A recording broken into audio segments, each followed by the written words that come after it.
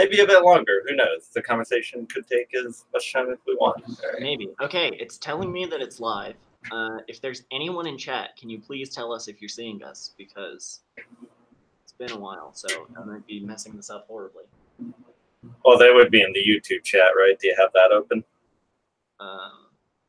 See, like I said, messing this up horribly.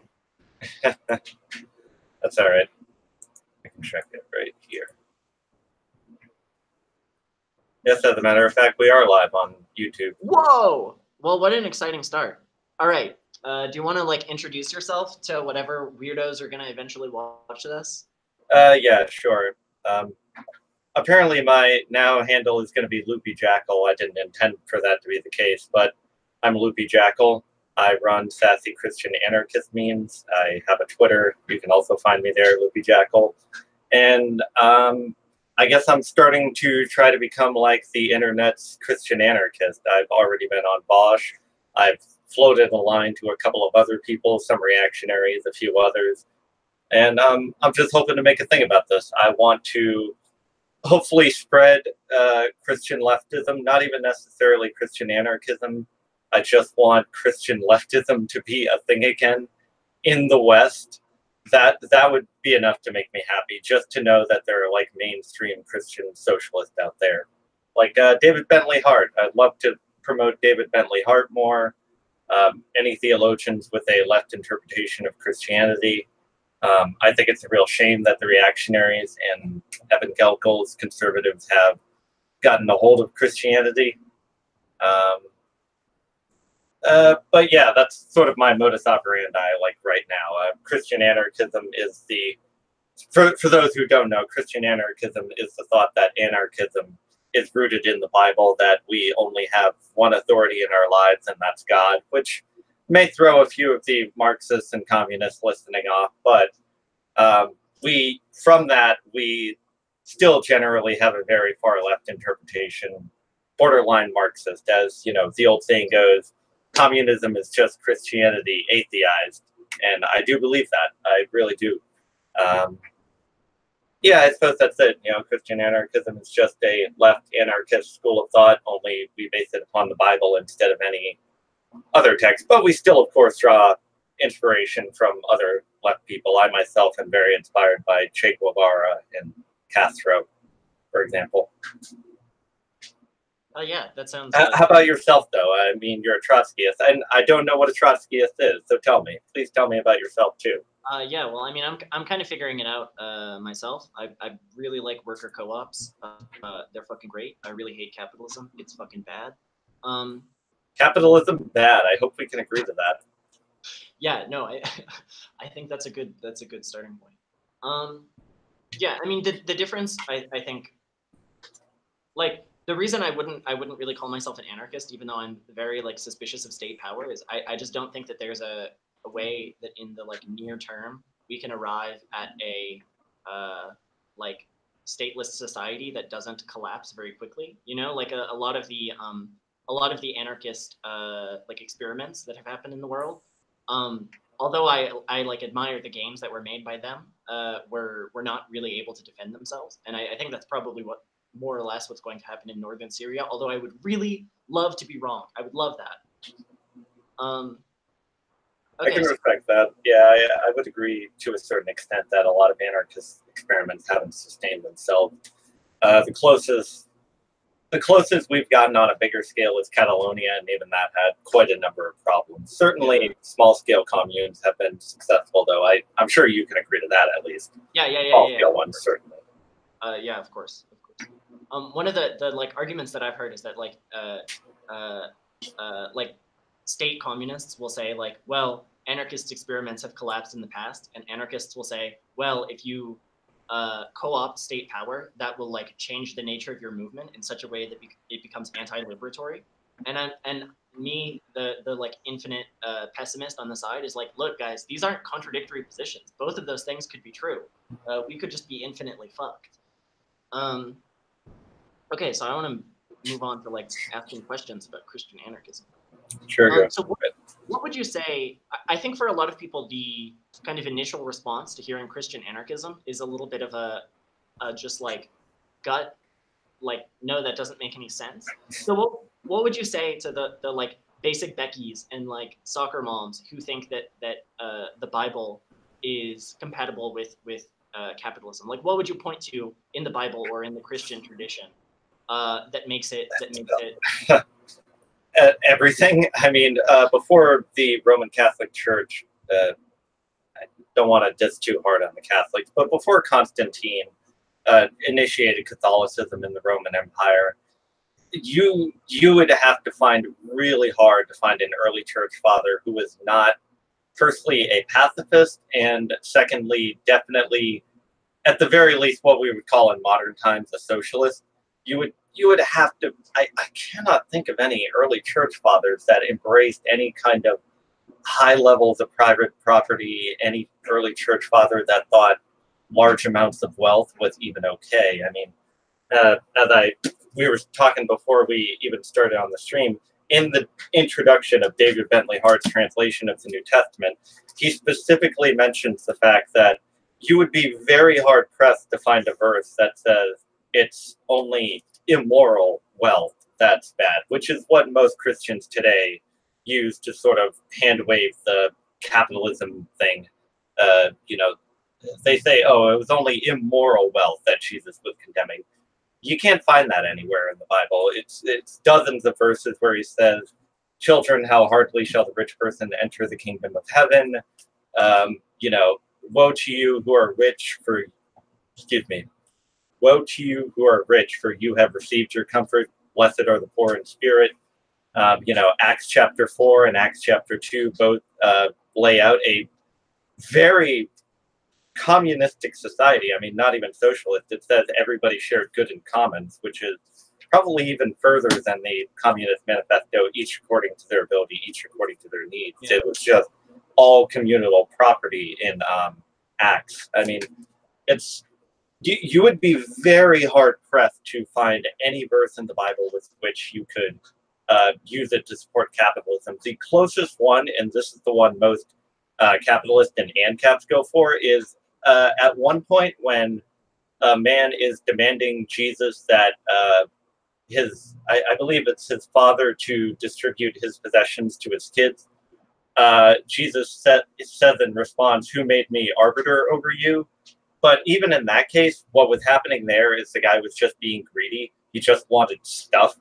So it wasn't that Jesus was necessarily against, you know, fair distribution of goods. It's that he doesn't want people demanding more stuff just because, like, I want stuff. You know, I mean, it's really hard to find. I cannot think of a single verse that you would have to really uncharitably interpret a lot of verses in the Bible to say it supports capitalism, like anywhere. Yeah, and that's interesting, because that's actually a vision that goes a little bit further than even some like atheistic communists would, because most communists are not opposed to like an unequal distribution of wealth. They're mainly opposed to like wealth, like labor exploitation. And so that's like owning 3 yachts, that sort of thing. Yeah, and that's going a little bit further, and even saying that, like, if you have a lot when someone else doesn't, that is like inherently a bad thing, even if you like rightfully created that wealth with your own hands or whatever. Yeah, so that's interesting. Why do you think that there's such a like nexus between this kind of like alliance between pro-capitalism and Christianity? Because that's such a common thing, to the extent that when I told my friends that, like, I'm going to be talking to a Christian lefty, they were like, "What? That's real? That exists?" Like, especially in America, it's just. Oh yeah, in America especially. In fact, it's only in like America, England, and Chile also, because of Pinochet, and a couple of other countries, that in most countries a sort of left, at least economically left, interpretation of Christianity is fairly common. Firstly, I should say, obviously, I'm not an expert. I didn't go to college, but I'm just a dude who likes to read a lot. So I've gotten my own theories on it. I would have to say my biggest theory is that once the ruling class gets their hands on something, they're going to manipulate and interpret it to whatever way works for them. That's sort of an obvious one, though. That's an easy one to go for. Like, what do you mean more specifically? Like, why are there so many Christians out there who think capitalism is compatible with Christianity, Yeah, or so, why I mean, do I think the two have like sort of merged together in the West? I pretty much agree with your interpretation of the Bible. And so my question is, given that the Bible in many places appears to be such an overwhelmingly left wing text, the kind of like worldview that it's espousing is, I mean, I think if you had to like staple it onto our modern political spectrum, you'd put it somewhere on the left. And I think that that is not only true, but like At least economically. Certainly, if you were to read it flatly, there are some socially conservative values. But that's if you read it flatly, which I don't, obviously. Yeah, yeah. What do you actually? What do you mean by that? Like reading it flatly? Well, I mean, if you were to read the Bible as given, like just completely, there's no interpretation, there's no metaphors, there's no allegories, you would certainly be able to come away with some things like, no homosexuality, no sex work, things like that, no relations before marriage, certain things like that. But then you would also have to be extremely, none of the things I own are mine. I'm going to work every day for the poor, the orphan, the widowed, etc. You would certainly come away with an interesting character, especially in modern times. But if you were to follow the Bible as flatly as possible, I don't think you could in any way come away with an economically right-wing interpretation of it, at the very least. Which is sort of the way I sort of like wedge my foot in the door for some people. Like, like if you talk to a trad cat or a socially conservative Catholic, I would go down the route of like, have you ever actually read this thing? Have you just read it without thinking like, this is my holy book and I need to be able to interpret it? Have you just read this cover to cover? And most of them will admit, no, I haven't read it in a completely flat way. And I encourage people to do that, and it usually makes them look at it a little bit differently. Because you got to remember, Jesus was talking to illiterate first century Palestinians. So why is he using like 12 layers of metaphors to say, oh, money is okay, but, large amounts of immoral money are bad? It's like, that doesn't make any sense. Yeah, it's also not a very like specific. It's like money's bad, except for when it's not. It's not. It's not actually. It's not actually telling you anything about it. Shit, I had a question, but then I made a joke instead. We were on like why I thought capitalism and Christianity came together. How do you read it instead? Because I know that among American Christians, there's a very like common idea that every part of the Bible is directly divinely inspired, and they, like for example, the Book of Job. Like at the time that it was written, it would have been understood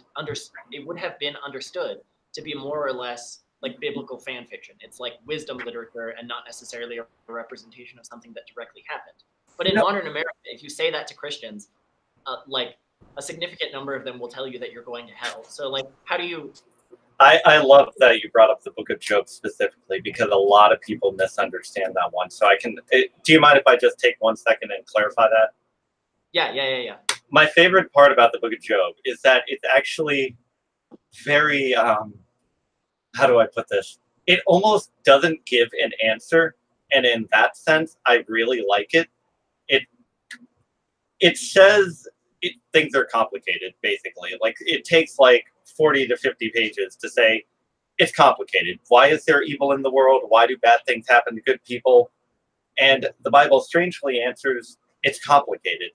And I actually really prefer that answer above all others. I really think I wouldn't be happy if it was given a straightforward answer. And I really do prefer that the book more or less tells you, you got to figure it out for yourself. You got to come up with your own answer for this question and work through that one yourself. I'm sure some people are going to say what I just said was heresy, but that's the way I read the Book of Job, at least. If you're afraid of being called a heretic, Christianity is the wrong religion for you, man. Oh, yeah. That's absolutely true, isn't it? Half the things I say are heretical to most people. What was your initial question, though? I forgot it in my excitedness. We'll come back to it, because I do actually just want to talk about the Book of Job. It's my favorite bit of the Bible, because it's so it's almost like anti-theological. Like if the Book of Job didn't exist and someone wrote it in 2019. It's. I think my favorite joke about the Book of Job was, It was like a Babylon Bee. Do you know that website? No. It's like a Christian version of The Onion. It can have some like conservative takes, but one of the headlines was like, after much study, we've concluded that Job's friends were like theological emissaries in their first year because they just spent all their time like saying why this is happening to him instead of like just trying to support their friend, which I thought was funny because, yeah, if you really think about it, Job's friends are real assholes. They're telling him, you deserve this. Everything bad that's happening to right now, all your children dead, all your crops gone, you deserve this. You must have done something wrong, instead of like trying to support their friend. Like, he just lost all of his family and property, and you're just telling him, yeah, you probably deserve that. Yeah, it's an interesting anti-answer because I kind of disagree with you about it arriving at the conclusion that like shit's complicated, because it, more than that, it kind of unasks the question in a couple of different like interesting ways. And one of them I think is basically the friends, because they so thoroughly need an explanation for why these bad things are happening that it gets in the way of them just responding to the bad things. So the story is in some sense saying like, look, this is what happens when you focus too much on the question of why evil exists, rather than like addressing the evil in whatever way you see fit. I knew I liked you from the start. I knew I liked you the moment I saw you. Thank you. Yeah, I really like the Book of Job. I'm gonna just go off for like a few minutes and yeah, go ahead. I went off for a minute. Maybe talk about stuff. We keep going off on tangents, but you know what? That's fine. This is a fun conversation. So there's two things about the Book of Job that I really like. One is I forget whose interpretation this is, but there's a moment in the Book of Job where, you know, Job has been asking for an explanation from God all this time, and God finally comes and kind of gives his like non-answer to why there's evil. And if you read it in just like a straightforward like I think a lot of interpretations of the Book of Job are a little bit off, because they're being interpreted by Christians who have already decided ahead of time like who this God guy is and like what his true nature is. But if you just read it just as a text, God comes off as a total douche. I mean, he like inflicts all of these terrible things on Job, and then comes down to Job, and his answer to like why is all of this happening is like basically like, who are you? Like he almost literally, like, you know that thing that like stupid YouTubers will do where they'll like pretend not to know the name of someone they're insulting? God does that to Job. He's like, who are you to ask these questions? Did you create this? Did you create that? And so if you where were you when I laid the foundations of the earth? Yeah, I remember that verse. Yeah, where were you when I laid the foundations of the earth? So the kind of mainstream interpretation, or the obvious interpretation, is that God is grandstanding. And the kind of more like interesting and a little bit spooky interpretation is that what God is saying is like, look, you think you have problems. Like, this thing is a mess the whole way down. Like, where were you when I laid the foundations of the earth? And it's like, look at this place. I'm in charge, and look at it. And I think that's a really interesting interpretation. It kind of foreshadows the like Christian turn in religion, where God himself feels impotent in some ways. And the other thing that I really like is that it kind of gives simple answers to like complicated questions, and then subverts them a little bit. Because the problem with the Book of Job is not that God's motivations are like obtuse, or like how could we ever possibly understand, but that they're so clear. You know, like he did this because he wanted to see if he could ruin Job, and he could. So it's giving us an obvious answer that we don't want to accept, and then kind of seeing what happens. Yeah, it's a really strange book. Sorry, I was supposed to be interviewing you. No. I love to hear. I love hearing anybody's thoughts on anything, really. So that was really interesting. Okay, so I wanted to ask if you don't, because I think among a lot of Christians and a lot of, you know, even atheists in the United States, their understanding of the like correct way to read the Bible is this flat thing. You know, like all parts of it are divinely inspired. Well, I mean, okay, you're talking about like in terms of divine inspiration. Yeah, okay. Keep going. Yeah, and so my question is, you're saying you don't read it that way. So what like alternative do you have? What do you do instead? Oh, well, what I mean when I said read it flatly, I mean is there's obvious parts of the Bible that require some level of interpretation. Like there's verses where it says the trees were clapping and the rivers were slapping. Now, obviously, we don't literally believe tree branches were like coming together to have a good clap, you know. So it's sort of like a, you know, young Earth creationists, you know, like when they interpret Genesis, they interpret it flatly. They think like, yep, this is what happened 6 days, 6,000 years ago. That's what I mean when I said flatly. And when I encourage other people to read at least the New Testament flatly, that's just to try to get them in the headspace I'm in, which is where I interpret the Sermon on the Mount as literally as it was given. Like everything Jesus laid out there, there's no interpretation to be had there. Love your enemies. We got to do that. Don't resist the one who is evil with his force. We got to do that. Don't take oaths. We got to do that. That's what I mean when I say it flatly. I obviously don't read the whole text flatly. I still have some level of interpretation, which is why, for example, I'm a side A Christian on the LGBT issue. Do you know what that is? No, I have no idea. What is it? There's side A, side B, and side X. Side A is Christians who think LGBT relations are acceptable, obviously within the same rules as heterosexual relationships. It should be within a marriage and so forth. Side B are people who think same-sex attraction itself isn't a sin, is the way they put it, but acting on those feelings are. And side X people are people who think just LGBT feelings in and of themselves are a sin, which is like very trad cat, very reactionary, very old school interpretation of it. But I went off there for a second. So yeah, I just read the Bible to the best of my ability. I really sort of read something and then I ask myself, okay, to what extent is there room for me to say this was not as literal as it seems? And for example, with the Sermon on the Mount, I really cannot think of any reason to not take it as literally as it was given. I mean, as I said, he's on like a hillside speaking to first century illiterate Palestinians. So what exactly is his motivation or reason for adding like 12 layers to a particular thing he says? And I can't think of any. However, if you go to the later parts of the book where they're like talking to churches and, you know, they're obviously speaking to literate people, you could then say, well, these people would be more intelligent. They'd be able to interpret a text a little more in depth or thoroughly or broadly or however you want to say it. So from there, then we could say to ourselves, well, this part, probably there's something a little bit more to this than what's just given right here. Mm-hmm. Yeah, that makes a lot of sense. You know, it almost seems like in some places, especially I think the Sermon on the Mount is one of these. It seems like Christians are almost running away from Christianity because the interpretation is like obvious and very clear. And what becomes difficult is to not come to the obvious conclusion. There's certainly some resistance to the idea of loving your enemies at the very least. That's something a lot of people don't, because the extreme example I always give is like Osama bin Laden or somebody like that. I don't want to go off on another tangent. Do you want to move on to another question, or do you want to actually sort of keep going on this? I don't know. I don't have a what. It sounded like that was interesting. You mentioned Osama bin Laden. Keep going. Yeah.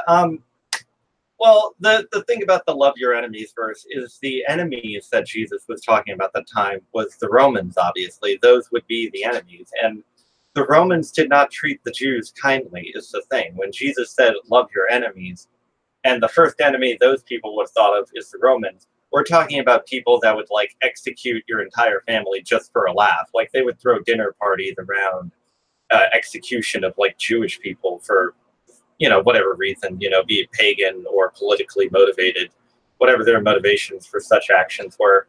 So when I read love your enemies, I know exactly the thing Jesus was talking about. And he was talking about like ISIS, for example. He was saying, yes, you should try to love even like the absolute worst people who would feel no remorse about hurting you. So I do interpret that as extremely as one as possibly could. I'm sure did you see the viral video a couple of years ago from, I can even throw it up in the chat real fast. Who would dare love ISIS? Did you ever see that one? No, I haven't. You can obviously watch it after the stream, but here, whatever. Here we go. I'll put it in the YouTube chat. That way everybody can, I'm sure a couple of people know what I'm talking about. Oh yeah, I look good in that picture right there. Oh jeez. But anyway, yeah. Okay, so Yeah, I have two questions, and I'll throw them both out there, and you can answer them in whatever order you want. So one is I forget the essay, but like in preparation for this stream, I read a little essay about Christian pacifism, and the point that the essay writer was making is that it's not loving your enemies isn't compatible with killing them. It's not compatible with doing violence onto them, and so if you love your enemies, if you're following the Bible in that you're loving your enemies, you therefore kind of have to be a pacifist because love is incompatible with violence. So right. The question I have is like why is that necessarily the case? Because if I love everyone, then like bashing the fash is an act of love. And that's not because I hate the like individual fascists who I'm beating up. That's because if they're allowed to come to power, horrible things will happen to people that I love. So it's kind of a like consequentialist, like least violence sort of thing, where like in order to defend people that I love, I have to do violence onto people who the Bible tells me I'm supposed to love. So it's not necessarily that I like hate those people. I might even love them. I just need them to go away. Right. And the second question, so I'll throw both of them out there. Yeah. Sure. Whatever order you want. The second question is how would you respond to this kind of like, God, I'm gonna butcher this, but the like Nietzsche critique that this logic of love your enemies comes from Nietzsche, a place of the slave morality type of thing. Yeah, it comes from a place of profound weakness. That only makes sense to you if you're in a position where your family is being butchered. This is a thing that you believe so that you can feel slightly better about being in a position of profound weakness. So how would you respond to that sort of critique of Christianity? So those are my two questions that I have about that. Right. Well, let's work backwards. I'll start with the second question. The answer to the second question is fairly easy, I think, if you think about what Christianity means.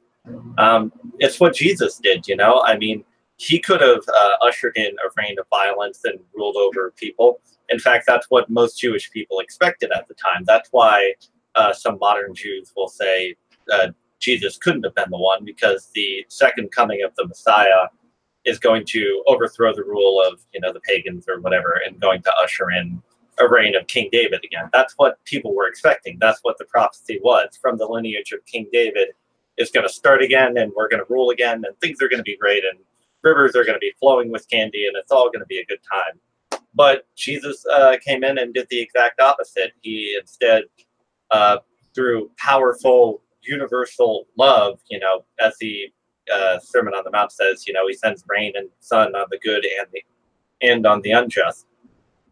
He, with the power of just revolutionary love, as romantic and as sort of starry-eyed that may sound, he brought salvation to all of humanity. So with the second question of like, this is a weak slave morality, I would even agree with that. Jesus came as a lamb, not a lion. I think Nietzsche's interpretation of Christianity is correct. I just think his repulsion of it is wrong. I think slave morality is good, actually, because the slave will always win. Okay, but I have a follow-up. Which is, okay, what does that mean for your? I guess I just kind of made this assumption, but you're American, right? Yeah, I am American. Okay, what does that mean for us? Because like we're definitely not the slaves. We're a bunch of like white men. We're the slave owners. Yeah, I guess that's true. Have mean for us? Well, the thing about it is you can always voluntarily give up your own privilege. I mean, there are certain privileges that you can't give up on the surface of it. You know, like we're white men, so obviously, first look at us, we're less likely to be shot by cops is, you know, an obvious starting example. We can work our way down through all the privileges we have. But we can always surrender those privileges and join the side of the oppressed. You know, it's very easy for you and me. Hang on a second, my cat is having a nightmare. One moment, sorry. Yeah, right. Now that Jackal is gone, I can unveil my true identity as a radical atheist. Christianity is dumb. We need to do a genocide against it. I still got my headphones on, you know. God damn it! I actually have this joke that I'm actualizing Christian identity by pursuing them, because the original Christians were like very viciously pursued. And Oh yeah, they were. Yeah. Obviously, like mainstream evangelists have like a persecution complex, so they want to be persecuted. I'm just helping them fulfill their identity. Yeah, the God is Not Dead trilogy. Oh man, I could talk about those movies for days and how much I hate them. But let's try to stay on topic. I feel like if we keep going off on tangents, Sure. What was the first question again? I feel like we. The first question was why is loving your enemies incompatible with punching them in the face? And right, and then the follow-up was like a dumb question. But if I love everyone, presumably I need to oppose like fascism. Well, I sort of, to perhaps give a slight analogy to that, I sort of view it the same way that the Bible said, that God views all of us as all of his children, even the really wicked ones, for example. And can you think of how hard it would be to punch your own kid in the face? I mean, no, I can't. But well, I mean, obviously you're pretty young. You probably don't have kids. But imagine if you did have a kid. Can you really think about how hard it would be to punch your own kid in the face? Like, if you raised them for 18 years and all of a sudden they turn out to be a fascist, like up until that point you've done nothing but love and care for them. Yeah. It'd be pretty hard to just punch them in the face, or anybody for that matter. I suppose it's just coupled with the other verses, do not resist the one who is evil by force and things like that. It's not just loving your enemies in and of themselves. The other commandments are there to not resist the one who is evil with force, and there's two others, I believe. There's one in the book of James. It's going to take me forever to find it. I'm not going to waste my time flipping through. Don't want to bog down the stream. But yeah, I mean, it's not just loving your enemies. That in and of itself, I think, would be a pretty solid argument for no violence. But there are other commandments that say flatly no violence. So that's the way I look at that. Okay, I think this dovetails nicely with another question that I have, which is what does like Christian anarchism, what do the like tenets of Christian anarchism mean for people who are not necessarily Christians? Because to me, it seems like this thing of like, well, I'll love my enemies and that will somehow produce more good. I mean, I'm not trying to like call you out here. It seems no. Like, sure. Based on the idea that there is a God who is going to help us with this in some way. What would be leftist if we did not spend all of our time squabbling over the very fine details of our ideology? Would we even really be leftist if we did not threaten to kill each other over our very slight different interpretations of anarchism? Can we even really call ourselves leftists if we don't do that? Yeah, fair. True. But so my question is, what does like Christian leftism have to offer like not people who aren't religious, like non-religious leftists, if anything? I actually, my favorite, one of the favorite things I learned about, like, right before the Roman Empire converted to Christianity, the last pagan emperor, Augustus, I think it was, not sure, but the very last pagan emperor who tried to bring the Roman Empire back to paganism because Christianity was on the rise, very specifically wrote a letter talking about this. He was talking about how, why can't we defeat the Christians? I mean, they're weak people. They seem to like walk into our lion pits without any fear. How do we defeat these people? And one of the things he very specifically cited as one of the reasons they were losing is because the Christians in the early Roman Empire would even feed and house and give water to the pagans. They would even like invite the pagans into their hospitals and their food, their banquets, their shelters, whatever. And that would be my answer to that question, I think. I think it would be very eloquent that Christians are, like I said, that's the whole point of loving your enemies. We're not supposed to like turn away people just because they're not Christians. I think a good Christian anarchist commune, or even a good Christian anarchist society, isn't going to be asking people, hey, did you go to church this Sunday? Did you do your morning prayers? Are you actually a Christian?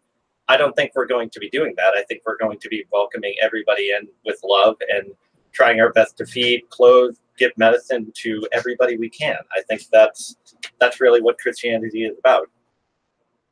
Mhm. Yeah, that's really interesting that you can. It's kind of counterintuitive as well that you can respond to violence in a kind of like loving way, and sometimes that will like be more powerful than the violence. I believe it was Romans chapter 12 that says, by feeding and giving water to your enemies, you'll be placing lumps of burning coal on their head. Thanks. Yeah, and that I can clearly see that that's like very like if you take that sort of message seriously, it's very anti like American foreign policy, for example. Um, yeah, like how are we going to defeat ISIS? What if we like feed and house them? By the way, I think that would actually work probably. Yeah, you know what? It probably would, because as I said on Bosch's stream, I only hesitate to call myself a Marxist because I don't know 100% for sure what that means. But I do agree that people's material conditions are usually one of the reasons most people lash out. Like, you look at ISIS, they specifically arose from the fact that American foreign policy destabilized the entire Middle East. Mhm. The Middle East was doing fairly well up until uh, the Cold War proxies, and then of course the Iraq War, et cetera, et cetera. Yeah, that makes sense. How do you reckon with like for lack of a better term, basically sociopaths, like people who are because that strategy of responding to cruelty with kindness and hoping that it will eventually result in the kind of like not fighting evil as a way to overcome it, Right. kind of relies on the idea that you're not facing an institution or a person or a group that is willing to just exploit you endlessly. And I think in modern politics, we often are facing a group, facing an enemy that would just destroy us if they thought they could get away with it, or that would just annihilate us, take advantage of us forever. And in cases like that, like giving your I don't know what the expression is from the Bible, but giving your coat as well as your jacket is not going to. I mean, that's not going to defeat capitalism, for example. Cloak and tunic, but modern terms, so close enough, right? Yeah, it's my Uh, creative translation. yeah, there you go. Creative translation. I like. I suppose I could have a couple answers to that. I certainly would even agree with you to a certain extent that there is obviously some people out there who, on the face of it, would seem that are impossible to respond in that fashion. Not to recall Bosch's stream again, but I remember we were specifically talking about World War II in this regard, and he asked what I would do in that situation. And even I'm not sure. However, I think there is historical precedent to show that this kind of action is actually quite effective. Not just mentioning the early Christians who, for 3 centuries, were nothing but persecuted and ruthlessly killed and tortured by the Roman Empire, but also look at the civil rights movement. Although it certainly failed in the respect of improving the socioeconomic conditions of people of color in this country, it certainly at least gave them a great leap forward in terms of social progress. So even acknowledging the failures of the civil rights movement, it was still a partial success, I would say, in that at the very least, Black people aren't being lynched on the streets anymore. That's progress, unfortunately. That's progress. I have Yeah, to call that progress. I think there's historical precedent that even for the institutions that on the face of it may seem irreconcilable with the good in this world, I still think that with enough conviction and with enough force, and especially if we lead by example, that's one of the key things. Although Francis of Assisi supposedly never said this, it's still a good quote: "Preach the gospel at all times, and if needed, use words." that's a pretty good quote. Um, I just It is a very romantic thing. I yeah, will say this. I am a hopeless romantic in that sense, that I really do believe that if enough people were to actually follow these rules, a lot more people would follow. and I think probably the root of our disagreement about this is basically that I think there are some forms of oppression that cannot be overcome without violence, and you think that those things don't exist. That like any form of oppression can be overcome without violence, right? And then, of course, we would get into our individual interpretations of what is violence. As I said, I do believe in property destruction. I do believe that is a valid form of Yeah. I mean, protest. I think I like. We'll get into that in a bit, but I think Oh yeah, we're pretty much on the same page about what violence is. It's just I mean, for example, like in a country where like homeless people are allowed to, you know, starve to death, freeze to death, whatever. I don't see a kind of like nonviolent answer to questions like to like problems like that. well, there are a couple of good examples actually going on right now in the United Kingdom. For example, a couple of anarchist groups have started squatting in various mansions of billionaires who have like 12 homes that they never visit, and they're starting to try to claim squatters' rights. And I think that would be a good thing. As the homeless population in America is literally a fake problem we've created. The statistic goes there's 24 empty houses for every homeless person. So we could literally give every homeless person a dozen houses and still have a dozen more left over. So yeah, it's just that like I agree that these like nonviolent strategies can work in some situations. The problem is just that like if you believe in pacifism as like a universally like ideally everyone in this movement would be pacifist. The problem is that I do think that eventually those gains will have to be defended by violence. And I think gains can be made through nonviolent methods. Like, I don't know, like if you and like a couple dozen friends walked into a supermarket and like shoplifted a bunch of food and gave it to homeless people, that would be like I think a nonviolent solution to, well, provisional solution. Some people would get to eat, is what I'm saying. yeah. But eventually, you have to defend changes like that with violence. I mean, like you guys are all going to jail, and then like, great, what's been achieved? You're all in jail now. And I do think that like, even though nonviolent means can result in like people's lives improving, I do think eventually those improvements have to be defended by violence. And it seems like the difference between my position of like these things will eventually have to be defended by violence and your, well, actually I'll let you answer the question. What is the difference there? Like what do you think about that? I suppose it's me being a romantic and also being a Christian. Obviously, since I'm a Christian, I already have some level of faith in the gospel and Jesus and so forth. And I defended that quite badly on Bosch's stream. But well, the way I worked through my faith is I worked backwards. As I said, I was not raised religious at all. I was even like raised very apolitical, and it was. Can I tell my conversion story? Is that yes? What we're That gonna was do here? that's one of the questions on the. All right, I gotta bring out specifically. There's props. There is more props. This is the book I read when I was 14. The Year of Living Biblically. God, I've heard of this book. Have you read it? No. Oh my God. Sorry. You gotta read it. I will actually send you a copy. So Okay. when I was like 14 or 15, I had an assignment in creative writing class that we had to write an essay on a nonfiction book. I forget what it was about. So I literally started from zero and just worked my way through the numbers on the Dewey Decimal System.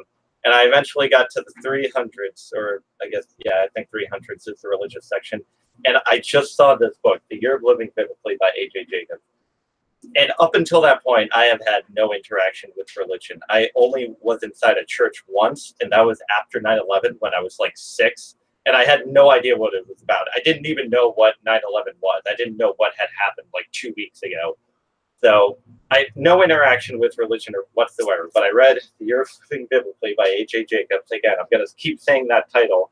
Really want people to go out and read this. And I was just so fascinated by it. It is such a compelling book. It was such a fun read. And I immediately fell in love. And I wanted to know so much more about religion.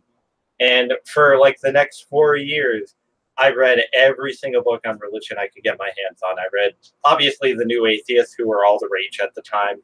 I read a bunch of agnostics. I read a bunch of agnostic theists. I read a bunch of theists. Read a bunch of like agnostic atheists. The whole lot. And I just sort of worked through the arguments, and I transitioned very slowly. Sometimes I took a step backwards into agnostic. But I eventually became a theist. I thought the existence of God was more likely than not. I would even sort of on the Dawkins scale, quote unquote, call myself an agnostic theist in that I'm only 99% sure there is a God. I'm not 100% sure. I wouldn't say that with absolute certainty because obviously it's a metaphysical thing. You can only work through the philosophical arguments and then make your own determination. But once I became severely theistic, I figured, well, God would probably, if he existed, give us a rule set, right? And so I worked through all the world's major religions, including some minor ones. I read the Quran, Book of Mormon. I read the Hindu text. I read the Buddhist text. And I was Buddhist and a Christian for a while, but then I eventually just settled on Christianity. And so after all that, I sort of finally settled in on it. And I guess my answer to that one is I guess there is a little bit of faith involved with that too, because on the face of it, absolute pacifism does seem like a very, how shall I say, impractical position to uphold. It's certainly not an easy one to uphold at any point. You know, if somebody decides, I want to kill you and literally nothing will stop me from trying to do it unless they're already like in a position where they're restrained or somebody else is stopping them.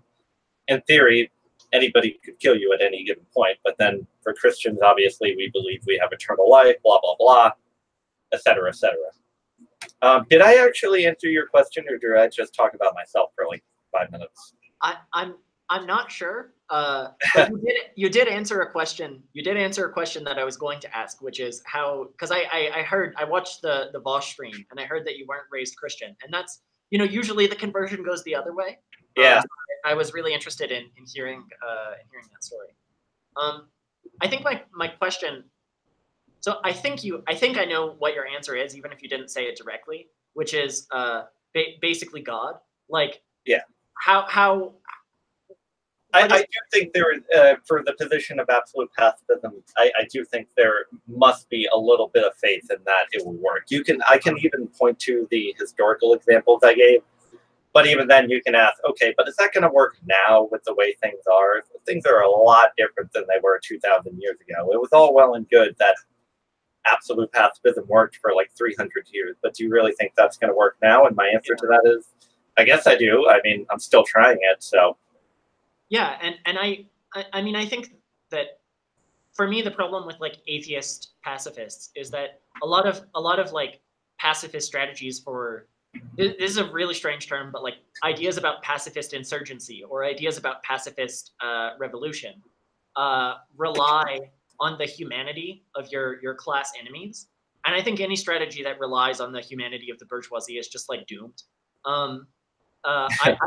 I basically don't think that there's a level of like depravity and violence they won't sink to maintain. So you're a Calvinist. I see how this is. You're not actually a Trotskyist. You're a Calvinist. Why? Do you know what a Calvinist is? No. A Calvinist. I mean, I have a big idea of something bad. I'm going to call this group out right now. I normally try not to do this, but Calvinists are just these awful heretical groups of people who think they believe in something called tulip, and the first letter in tulip is total depravity, which is that all human beings are just like worm, disgusting filth, and the only way we can be clean and shine is through God. So you think the bourgeoisie are just like totally depraved. There's definitely something that appeals about that message to me. I was thinking about this a couple of days ago, that the thing that's interesting about Christianity is that like some religions say that like humanity is usually either in basically any like moral or like philosophical system, humanity is almost always either placed as the highest thing or the lowest thing, and Christianity like cheats by doing both. Like everyone is like absolutely in sin, but we're also like unconditionally and totally forgiven. So you get to do both of them. There's actually, in slight relation to that, there's actually one text I've been meaning to read, but I keep putting it off because it seems so ridiculous. But it's called The Phenomenology of Man, and it's this Christian author who like theorized that the long and short of his idea is that human beings are like eventually going to become God. Like and there's even some like Catholics out there who like back this guy up for some reason. I must read it because apparently I'm not getting the full understanding of it. But his idea is that evolution is going to continue, and we're eventually going to be gods in some sense. I don't know. I haven't read it yet. Horrible. I don't want to be a god. Yeah, that sounds like way too much responsibility. Just getting out of bed in the morning is hard. Yeah, it was hard for me to like wake up this morning. Like I don't want to do stuff. Ugh. Yeah. No, and that's what to like bring it back. That's what I really like about that interpretation of that moment in the book of Job, where God is saying like, look, this whole thing is a mess. Like I have problems. You have human-sized problems. I have God-sized problems. Yeah, and I think that to some extent that interpretation is borne out by other like passages in the New Testament. Like I forget which gospel it's in, but in one of the gospels, Jesus cries out, my God, why have you forsaken me?" Yeah. And so that's actually specifically that one is a reference to one of the Psalms, and specifically what he was saying with that is that God actually didn't forsake him. That was the point of him saying that, because at the end of the Psalm, it specifically says, like, God has not forsaken you. He's actually redeeming you right now. So that was why he said that. He's actually redeeming you? Yeah, that's what the... Hang on, I can find the specific Psalm really fast, if you don't mind. Yeah. Right. Anyway, damn, I was really excited about my edgy interpretation that in Christianity, even God is an atheist for a few seconds. Come on, Zizek already beat you on that one. Don't give me the Zizek thing. Look, I'm not gonna lie, Zizek is definitely a big part of my interest in Christianity. I also think that You know what? I would say he is too, a little bit for me. A little bit. He's definitely influenced me a tiny bit. Here we go. Yeah, the Psalm ends. Here we go. Here's how the Psalm ends. The one Jesus was quoting. All the rich on earth will feast and worship. All who go down to the dust will kneel before him. Those who cannot keep themselves alive. Posterity will serve him. Future generations will tell about the Lord. They proclaim his righteousness, declaring to a people yet unborn, he has done it. In other words, Jesus was saying, like, this is the fulfillment of the redemption of humanity. That's why he said that. He was trying to, like, guide people towards this psalm specifically. Yeah, that's interesting. Well, damn. I guess God's not an atheist. That's what Zizek says. Hmm? That's what Zizek says, anyway. Yeah, well, I guess I can still have that position anyway. I'll just be wrong. Oh yeah, you can be as edgy as you want, man. Come on. Bosch said to my face, "I'm like worse than rape for being a Christian." Come on, give me something a little edgy here. That's true. Okay, I actually wanted to. I don't know if I can defend that position, but I did want to talk about that kind of like line of argumentation, because the problem is that all right, I'm trying to articulate this in the like edgiest, most offensive way I can. Give me a second. Okay, here it is. Religion is delusional. You're delusional, and even if you like arrive at the correct conclusions, I can't trust you to continue arriving at the correct conclusions in the future. So like, even if we have the same politics, how do we cooperate, if that makes sense?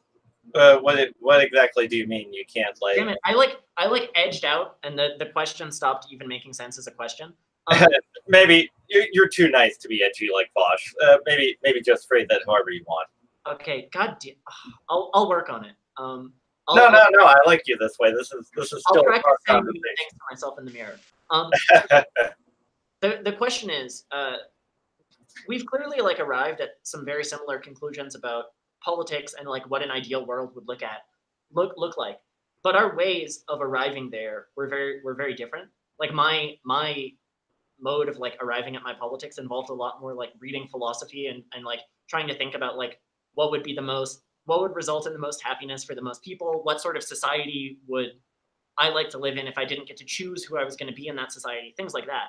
And your way of arriving at admittedly very similar conclusions was to look at the Bible to say, okay, God's real. He wants us to live in a certain way, and that way of living is expressed in the Bible. So what does the Bible say? And then that's the way society should be. And so even though we've arrived at very similar conclusions, we arrived there very differently. And so my question is, like, to what extent can atheists and Christians who have similar political beliefs work together? Because, like, for example, if someone like, somehow, let's say there's like a fifth gospel, right? The Gospel of Bill or something. Sure. That we uncover. And the gospel, Bill, my favorite biblical character. Huh? Bill, my favorite biblical character. Go on. Yeah. And the gospel of Bill, like, definitively proves that the message of God is that, like, you should vote for Trump and build the wall and et cetera, et cetera. You would then be in a position, you would like God has like a MAGA hat and everything. You would then be in a position where you're for reasons that don't make sense to me, for reasons that don't have anything to do with like logical argumentation or things like that, you would then be in a position where you would be kind of forced to make this pivot over to a different politics. So, like, do you see what I mean? Like, our beliefs don't really interlock in any way. So to what extent, and I think that's what Vosh was saying when he said that, like, he can't. Like, if at any moment, it was sort of his second point, like, where at any moment, if God suddenly flips a switch and says, actually, everything I said, the opposite, you should be as violent as possible. You're like, God descends from heaven. He's this is almost the Euclidean dilemma. Euclidean dilemma. That's the one where it's like, is something good because God says it, or is something good outside of God, and, you know, blah, blah, blah. That's a whole philosophical problem. Yeah. You know, my answer to that one might be a little dangerous for myself, but there are interpretations of God that, even if they were true, I probably wouldn't accept them. For example, Calvinists. Like, if God was a Calvinist where he's like predestining people to hell, like in advance, like he's saying, actually, you know, this guy, he's going to hell for sure. This guy's going to heaven. This guy's going to hell. I would reject that. I wouldn't want to be a part of that. I wouldn't want to be like part of predestination, even if it were true, which I don't think it is. I don't think that's in any way compatible with a book that says literally God is love, like love is God. I suppose that's my answer to your question. I just would not accept that interpretation. I would not, even if it were true, even if God were to like roll open the clouds and said, actually, yeah, I like Trump, I would be like, all right, then I'm going to try something else. It would be that, again, that's probably a very dangerous thing to say for my part, for at least my own beliefs, but yeah.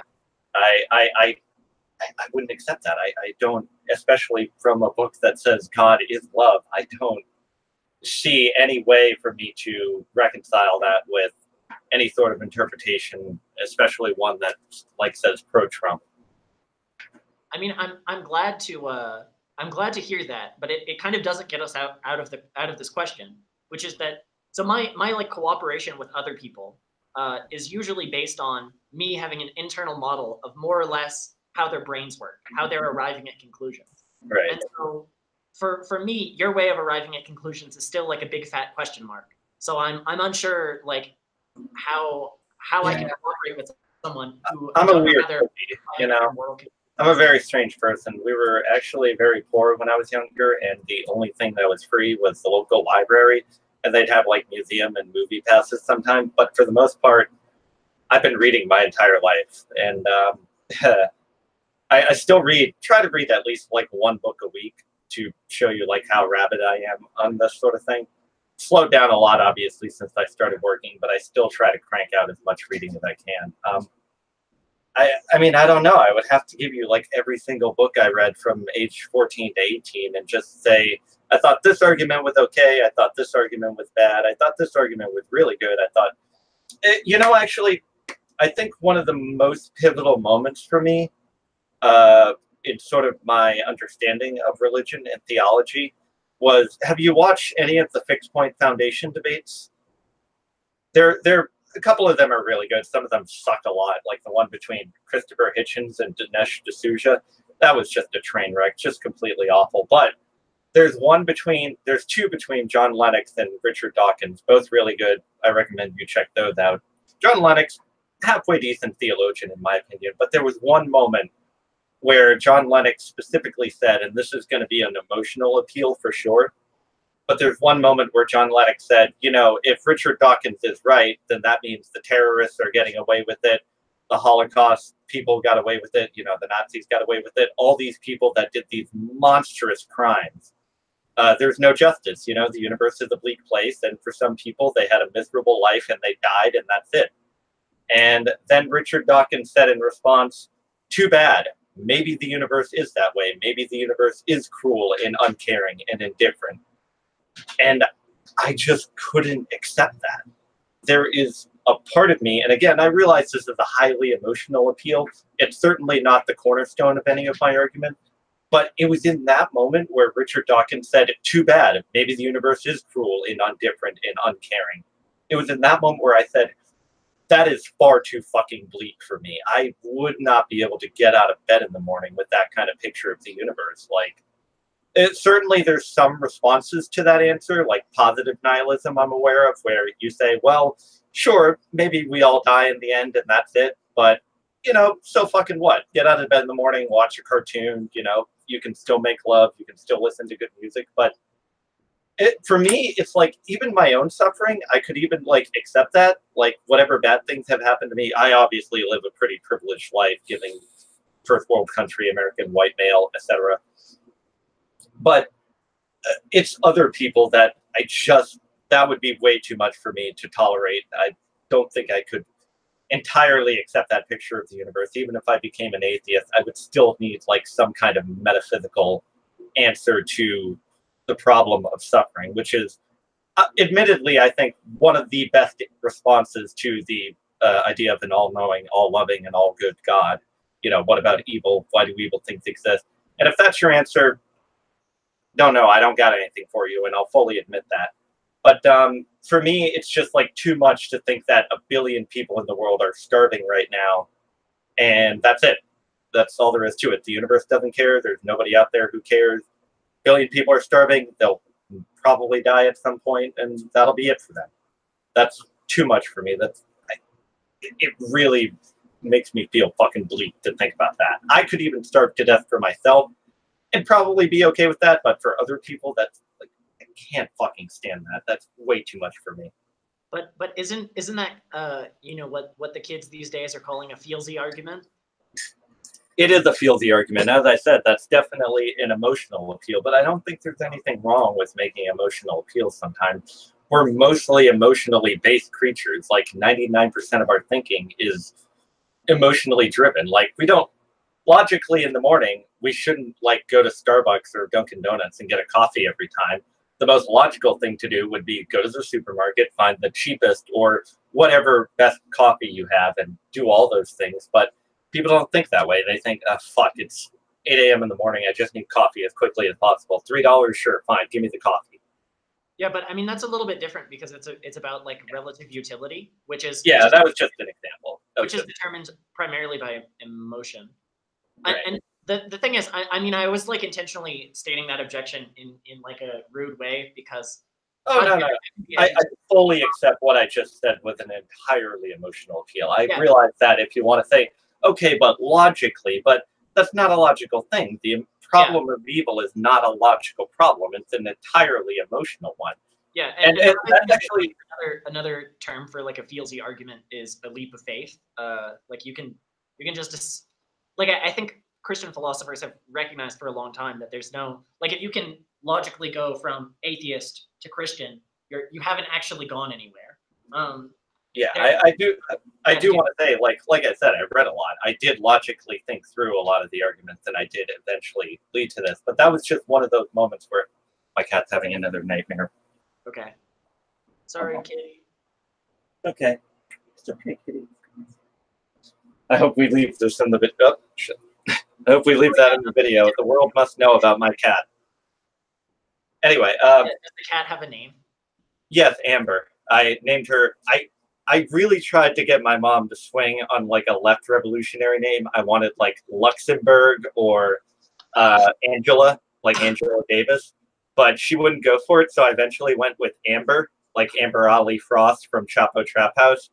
Oh. For some reason, she was determined to give my cat a stripper name because the first one she threw out was Candy or, like, Sunshine, and I'm like, Mom, don't give our cat a stripper name. But I'm like, wait, I have the perfect stripper name, and you won't even understand the reference. And so the cat's name is Amber. Oh my god, that's so beautiful. Well, Anyway, the problem of evil. We were just about there. There's actually, in terms of like the problem of evil as a logical and emotional problem. I'm stealing like that argument specifically from David Bentley Hart, where he says even if there was like a perfectly logical and straightforward answer to the problem of evil, most people wouldn't go for it because it's an entire feelsy argument. Like we know what it's like to be hurt, and even if somebody gives you a rational reason for it, you're still going to be like, okay, but I hurt. That sucks. Can you make it stop sucking? And he's like, even if I gave you an answer, you probably wouldn't like it.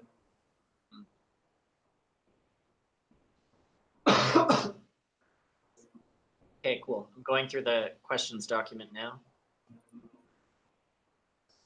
Okay, so I've kind of already asked this question, but I think I want to take another approach at it. So I'm just going to read the thing that I've written. So Yeah, sure. You said in your argument with Vosh that it doesn't make sense for non-religious people to be pacifists. Like you think to some extent. Oh man, I'm so happy you asked that one. Do you want to finish asking the question, or do I already know like where you're going with that? Yeah, no, you already know where I'm going. Okay, what I meant to say in the debate, but I was very flustered speaking in front of 1,000 people, was that I think you need a metaphysical justification for absolute pacifism. Not that you need to be a Christian specifically, because a lot of people in the chat were yelling at me like, religion has nothing to do with morality. What I meant to say, what my argument was supposed to be, is that for there to be a logical follow-through to absolute pacifism, I do still think you need some kind of metaphysical justification, be it karma, horoscopes, like what goes around comes around, whatever you want to provide. But I do still, there's still an inkling in me that for there to be a rational argument for absolute pacifism, that is no violence whatsoever, I do think that you need some kind of something in the equation that says this is my sort of reputation for like, okay, but if you're a pure materialist, it's pretty obvious that absolute pacifism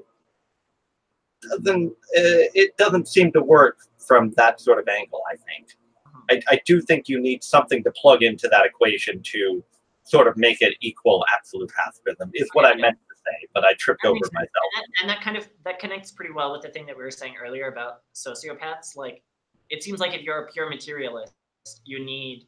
Yeah. I guess you could plug in like human nature, and I think this is probably what a lot of atheist pacifists do, where they say like, well, humans, there's a certain like threshold of violence that humans won't do.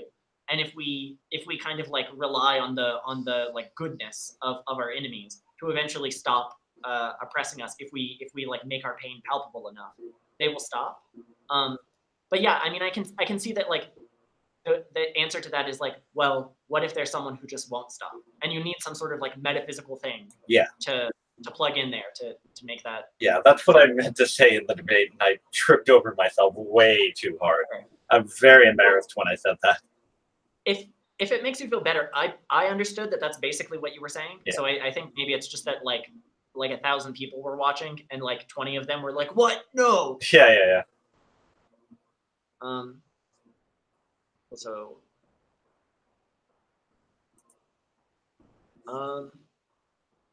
okay, I do have kind of a like philosophical question. So in the book that you recommended, Tolstoy seems to think that one of the core that the like moral core of Christianity is the injunction not to resist evil and to respond to evil with kindness. And I mean, I basically think that's a good like individual moral. But the problem that came up with me, the like kind of like philosophical question that came up is okay, he also says that you don't necessarily need to like. Okay, I'll just ask what's written. Yeah. I got lost in my mind palace. That's all right. So is identifying what is evil necessary for the injunction to not resist evil? Because it seems like I resist sort of like vague like forces in my environment all the time. And I need to know which one of those are evil so that I don't resist them. Like, for example, I'm thirsty right now. I'm going to drink. Yeah. Was that thirst? Is this like me resisting evil? I would probably say no, because like evil is something like higher than thirst. Yeah. But for example, if I was like, okay, I'm thirsty right now because fascists are like denying water rights to me, and I don't know, some like oppressed You're in person. the Gaza Strip. Yeah, I'm in the Gaza Strip, and I'm thirsty because water rights are being denied to me. Then it seems like me going to get water is resisting evil. So like, how do you draw that line? Like, it seems like you kind of need to know what evil is in order to not resist it. You know, that's actually interesting. I actually haven't thought about that before. I suppose the first thing that would come into my head is the fact that most of the evil that exists in the world today is pretty obvious and straightforward.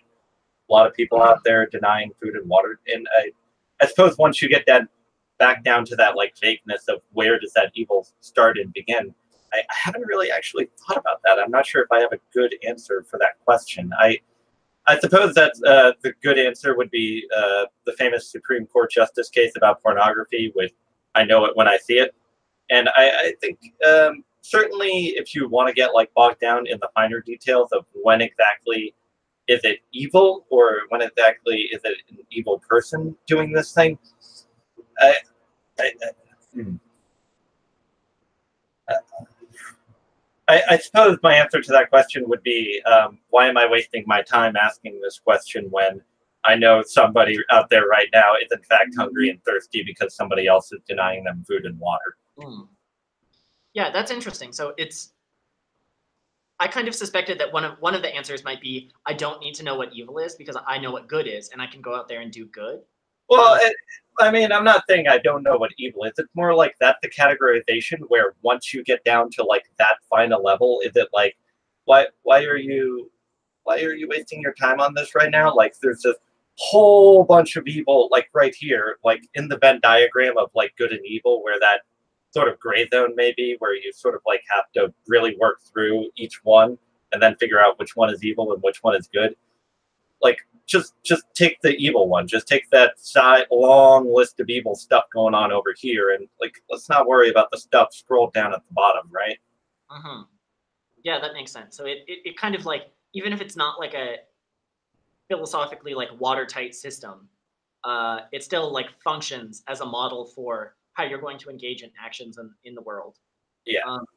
Yeah, and that makes sense. And I also have like basically just nothing but hate for people who are like, what? But I don't know how to live my life because I haven't figured out. Insert some ridiculously obscure philosophical question here. Yeah.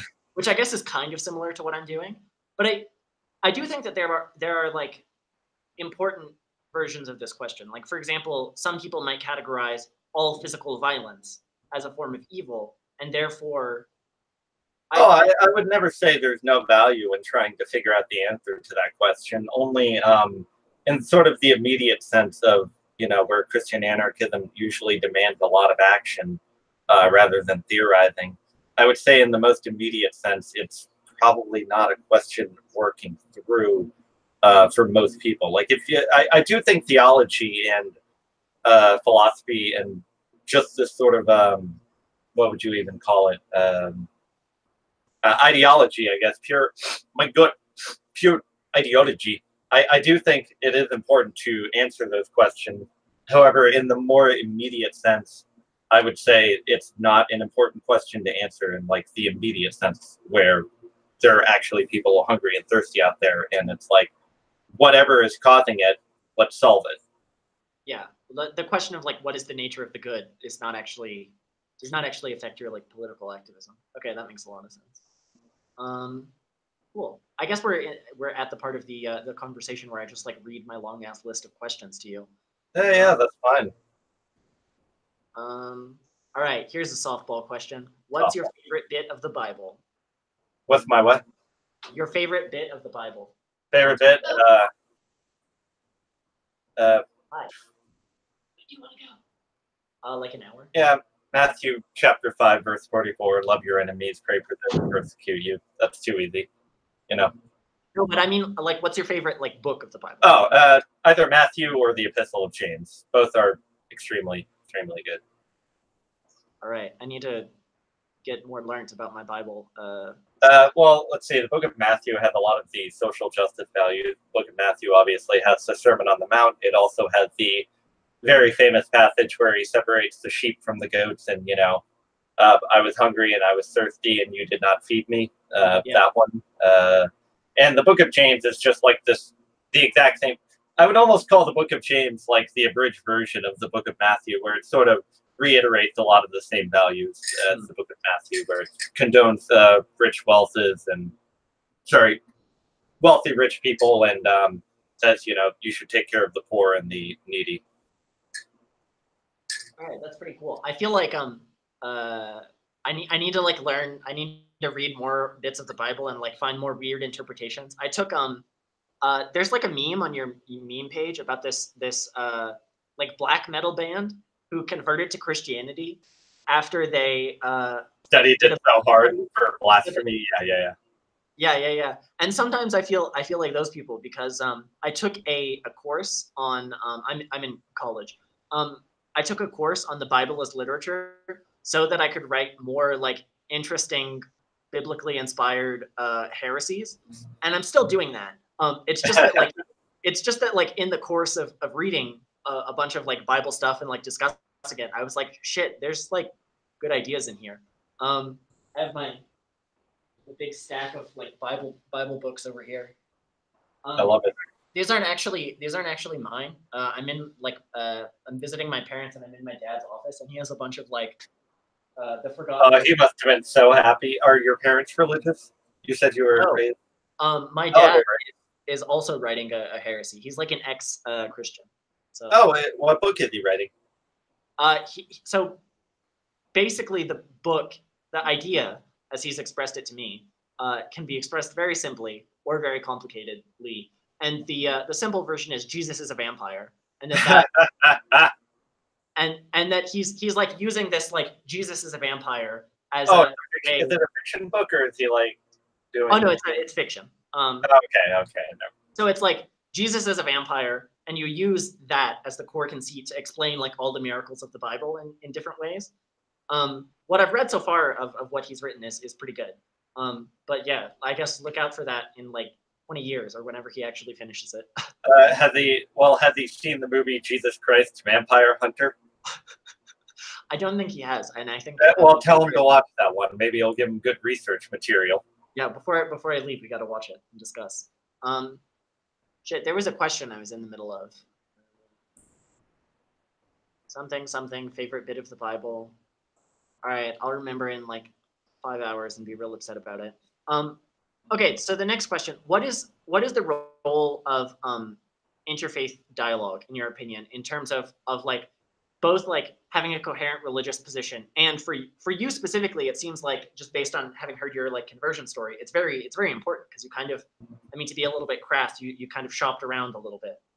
I definitely did shop around. Oh no, I've been outed. I'm canceled as a capitalist now. I shopped. Yeah.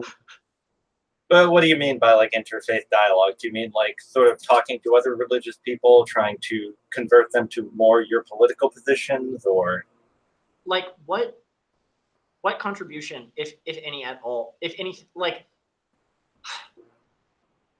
what does it add to your kind of religious worldview, if anything at all, to be talking to, for example, people, to Muslims or to Hindus or Buddhists or things like that? Well, it's funny you bring that up. My best friend in the whole world is Muslim, as I said on the Vosh stream. You know, it's funny. We actually don't talk about our like different religious beliefs that much. I mean, I'm very like respectful, obviously. Like if he just finished Ramadan and like I asked him if he wanted to hang out and eat, and he's like, "Can't eat today, Ramadan." I'm like, "Oh yeah, that's right. Want to just go like catch a movie or whatever?" You know, it's funny. We should probably actually talk about our faith a little bit because that probably would be like fruitful. I suppose the attitude I have towards other religions is like, as long as you're on the side of making sure the material needs and conditions of all people are met, the Che Guevara quote goes, "If you tremble with indignation at every injustice, you are a comrade of mine." And I sort of see that the same way. However, in terms of like reading other people's religions, I think that's very important because a lot of the world's religions do share some of the more basic tenets in common, in the sense that, yes, most world's religions do encourage taking care of the poor and needy as good things to do. Most of the world's religions do encourage compassion, forgiveness, kindness. Christianity, I think, has the most extreme version of it, obviously. Actually, no. I mean, probably Jains would be even more extreme than Christians in some case. Do you know what Jainism is? Sort of. I know. Oh boy. See, this is it, folks. The technical difficulties start rolling in.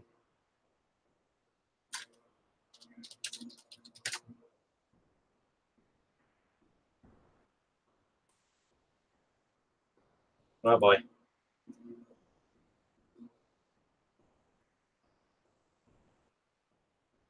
Oh, well, no, I want. Oh yeah. Well, that ain't gonna help. I wonder how long this is going to last. All right, you're all stuck with me now. Okay, here's actually the truth of it. I'm actually going to burn all of you heretics. Everything I said is a ploy. Bosch was completely right. I'm trying to introduce a theocracy after all. Guess what? Every single one of you executed. Done. We're going to bring back the crusade. Every single one of you better pucker up to me, okay? Joking, of course. Oh, boy. Is he trying to contact me somewhere else? Probably. Oh, boy. Yep. Don't worry, folks. We're getting the tech. Oh boy, I'm sweaty right now, aren't I? I even have the fan going, and I'm still sweaty. Oh no! Oh god, that's so disgusting. I don't know how to invite him back in now. I think we're screwed. I think we got to start the stream over again. That would suck. Boy.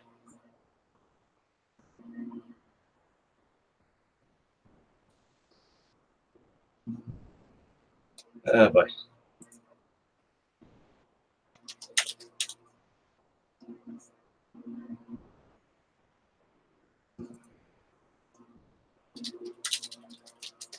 Oh boy.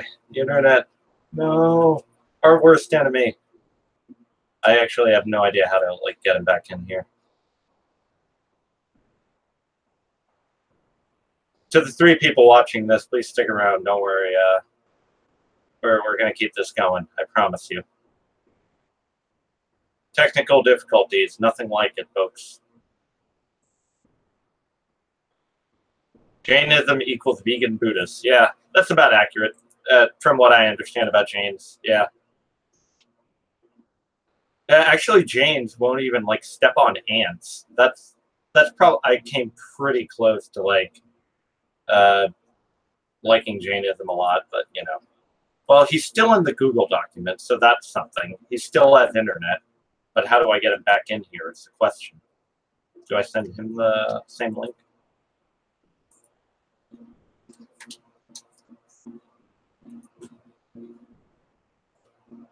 That's oh, here we go. He's coming back. Am I back? Woo-hoo! Yes, it didn't pull the stream, did it? No, it's 3 people are still watching. So. Awesome. Hi, 3 people. I probably only personally know at least 2 of you. Okay, so what were we on again? I completely forgot. Also, your mic is way better now. I had to crank the volume way up, but whoa, that's nice. Cool. That's all right. We're good now. I think probably that just means that my actual microphone wasn't doing anything for the past hour. Blue Yeti, woohoo! That's the one I'm probably gonna get in a little bit. It's pretty good. It's real simple. I've seen people hold it backwards, which is funny. It's not like this. It's like this. Oh, perfect. What topic were we on? Your mic just cut out. Interfaith dialogue. Interfaith dialogue, right. Okay. All right, now I got to turn the volume back up again. I don't know what happened that time. Oh, it cut out? Oh, no. All right. All right. Okay. Interfaith dialogue, right. Then I mentioned Jains, and you were about to say something, actually. I have no idea what it was.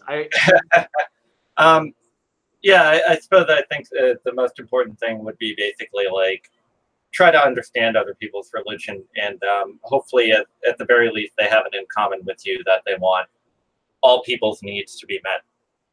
That's the long and short of my idea on interfaith dialogue. Mm-hmm. and be respectful of them, of course. Like, even like the Christian commune, I can't see having anything against having like synagogues and mosques in the Christian commune. So long as they respect our beliefs, I'm happy to respect theirs. Yeah.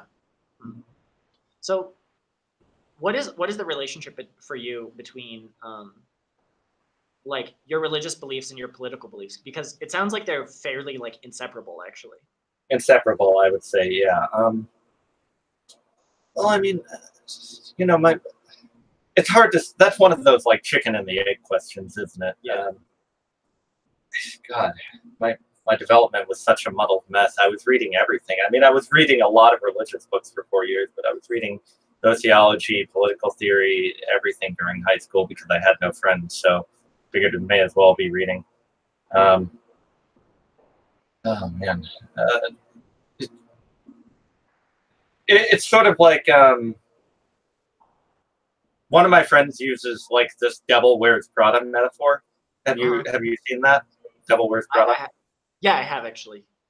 Okay, so there's one scene in the movie where the girl who's like new to the fashion industry is kind of like chuckling at how like particular the fashion designer is being over like the angle of a belt or whatever, and she's like, I'm sorry, I just, I've never had interest in this stuff, so seeing it in action is like a little weird. Isn't this kind of being picky? I mean, like 10-degree angle on the belt, whatever, does that actually matter? And she basically gives this speech where like everything you're wearing right now is what I was designing about 2 years ago. So yeah, actually, this stuff, as you call it, is important because everything I make is whatever you're going to be wearing down the line. Like you're going to be yesterday's news while I'm working on today. And I sort of think about it the same way where, like where does the politics come in from there? And it's like, it went down a chute, it went downstream, and here's where I got to my political development. I mean, I would definitely say a lot of my political views are directly taken from the Bible, obviously. I mean, that comes with a given of the label Christian anarchism. But I mean, I would say they're inseparable to a certain degree, yeah, especially right now. Yeah, I guess that makes sense. Sorry, I went off in like 3 different directions there with my metaphor. That's okay. That's a-okay. I definitely was super ready for that story to end with like, yeah, and that's the relationship between Christianity and Islam. We're today, they're yesterday. Oh, no, I mean, Christians came first, didn't they? The Christians were 2,000 years ago. Muslims were only 1,500. I guess that's true. They're the new modern thing. We kind of asked that one. Definitely asked that one. I will say, though, I mean, it's not like it's though I only read the Bible as my political book. I have a whole shelf of left politics right behind me, which I show you if it wasn't embarrassingly messy. Actually, you know what? We're doing real hours right now. All right. Who cares about the mess? Everybody knows I'm like a dirt bag anyway. So let's see if I can get the camera on. Oh boy, that is no, I don't think I could. That camera is too short. I wonder if you could even. Well, yeah, okay, never mind. That's way too short. That's a really neat bookshelf. I made it myself for like $10 because I wasn't paying $20 for a Chinese Walmart bookshelf. It's got Marx on there. It's got some Noam Chomsky. Got obviously Marx and Lenin. I got the whole lot. Che Guevara. Still got to read David Harvey's commentary on Capital, but I obviously do. You're a big nerd, aren't you? I'm like, you know what? I'm actually super mad at the leftists. This is a call out. This is a call out to every single leftist out there. All of you told me I had to do the reading, and then when I quote like manufacturing consent, it's 100% obvious. None of you have read it. None of you have actually done the reading. Why did you tell me I had to do the reading? I wouldn't have bothered reading. You think I had fun reading manufacturing consent? No, it was very long and got boring at times, and all of you told me I had to read it, but none of you actually have. 500,000 copies. Not one of you have read it except me. So you know what? I'm king. I get to decide what we do now. I'm the leader of the left, okay? Because I've actually done the damn reading. So mad about that. So mad. Anarchist declares he's in charge of the left. Sectarianism. This is how the sectarianism actually starts. Who has done the reading and who hasn't? No, that's a big mood. I think that's both like the people who people are like self-conscious about having not read it, so they talk about how much you need to read it. Plus like the thing that I do, which is that I read like maybe one book every 2 months. And so I'm like, I really have to get my money's worth by just talking about it all the time. Have you read Manufacturing Consent? I have not, unfortunately. I do unironically recommend reading Manufacturing Consent. It tells you some stuff you probably already know since you're like already as far left as the Trotskyist, but it still tells you some important I'll stuff. give it a try. It's good to like have a more kind of like rigorous approach. Yeah, one of my YouTube videos is just like I read one book and it took me so long to read it that I was like, I'm getting a video out of this. Like, fuck you. If I had like a editing software at all, I would probably be doing videos all the time on the reading I do, just so that way nobody else has to do the reading. Like, help them out, really. Yeah, no, you totally should, especially if it's like obscure stuff. Like one of the reasons I wanted to do that video on like this book is because which book? I can later. 6 Guns and Society. It's like a structural analysis of Western films. Like Westerns, not Western movies. I've seen that one on shelves, but I don't have it. It's pretty good. It's basically, so like this guy, Victor Prop, created a method of analyzing genres. But he was like a Soviet anthropologist in the 1920s, so he's very obscure. And also he sucked at writing, and I hate him. But his ideas were good. And then like 80 years later, an American was like, what if this, but not boring? And then they wrote a book. And the book is pretty good. Yeah. All right, yeah, we've kind of asked this question, but like, I think it's good to be more specific. How did you become like a radical Christian specifically? Like, were you Christian first, or were you radical first? And how did those things?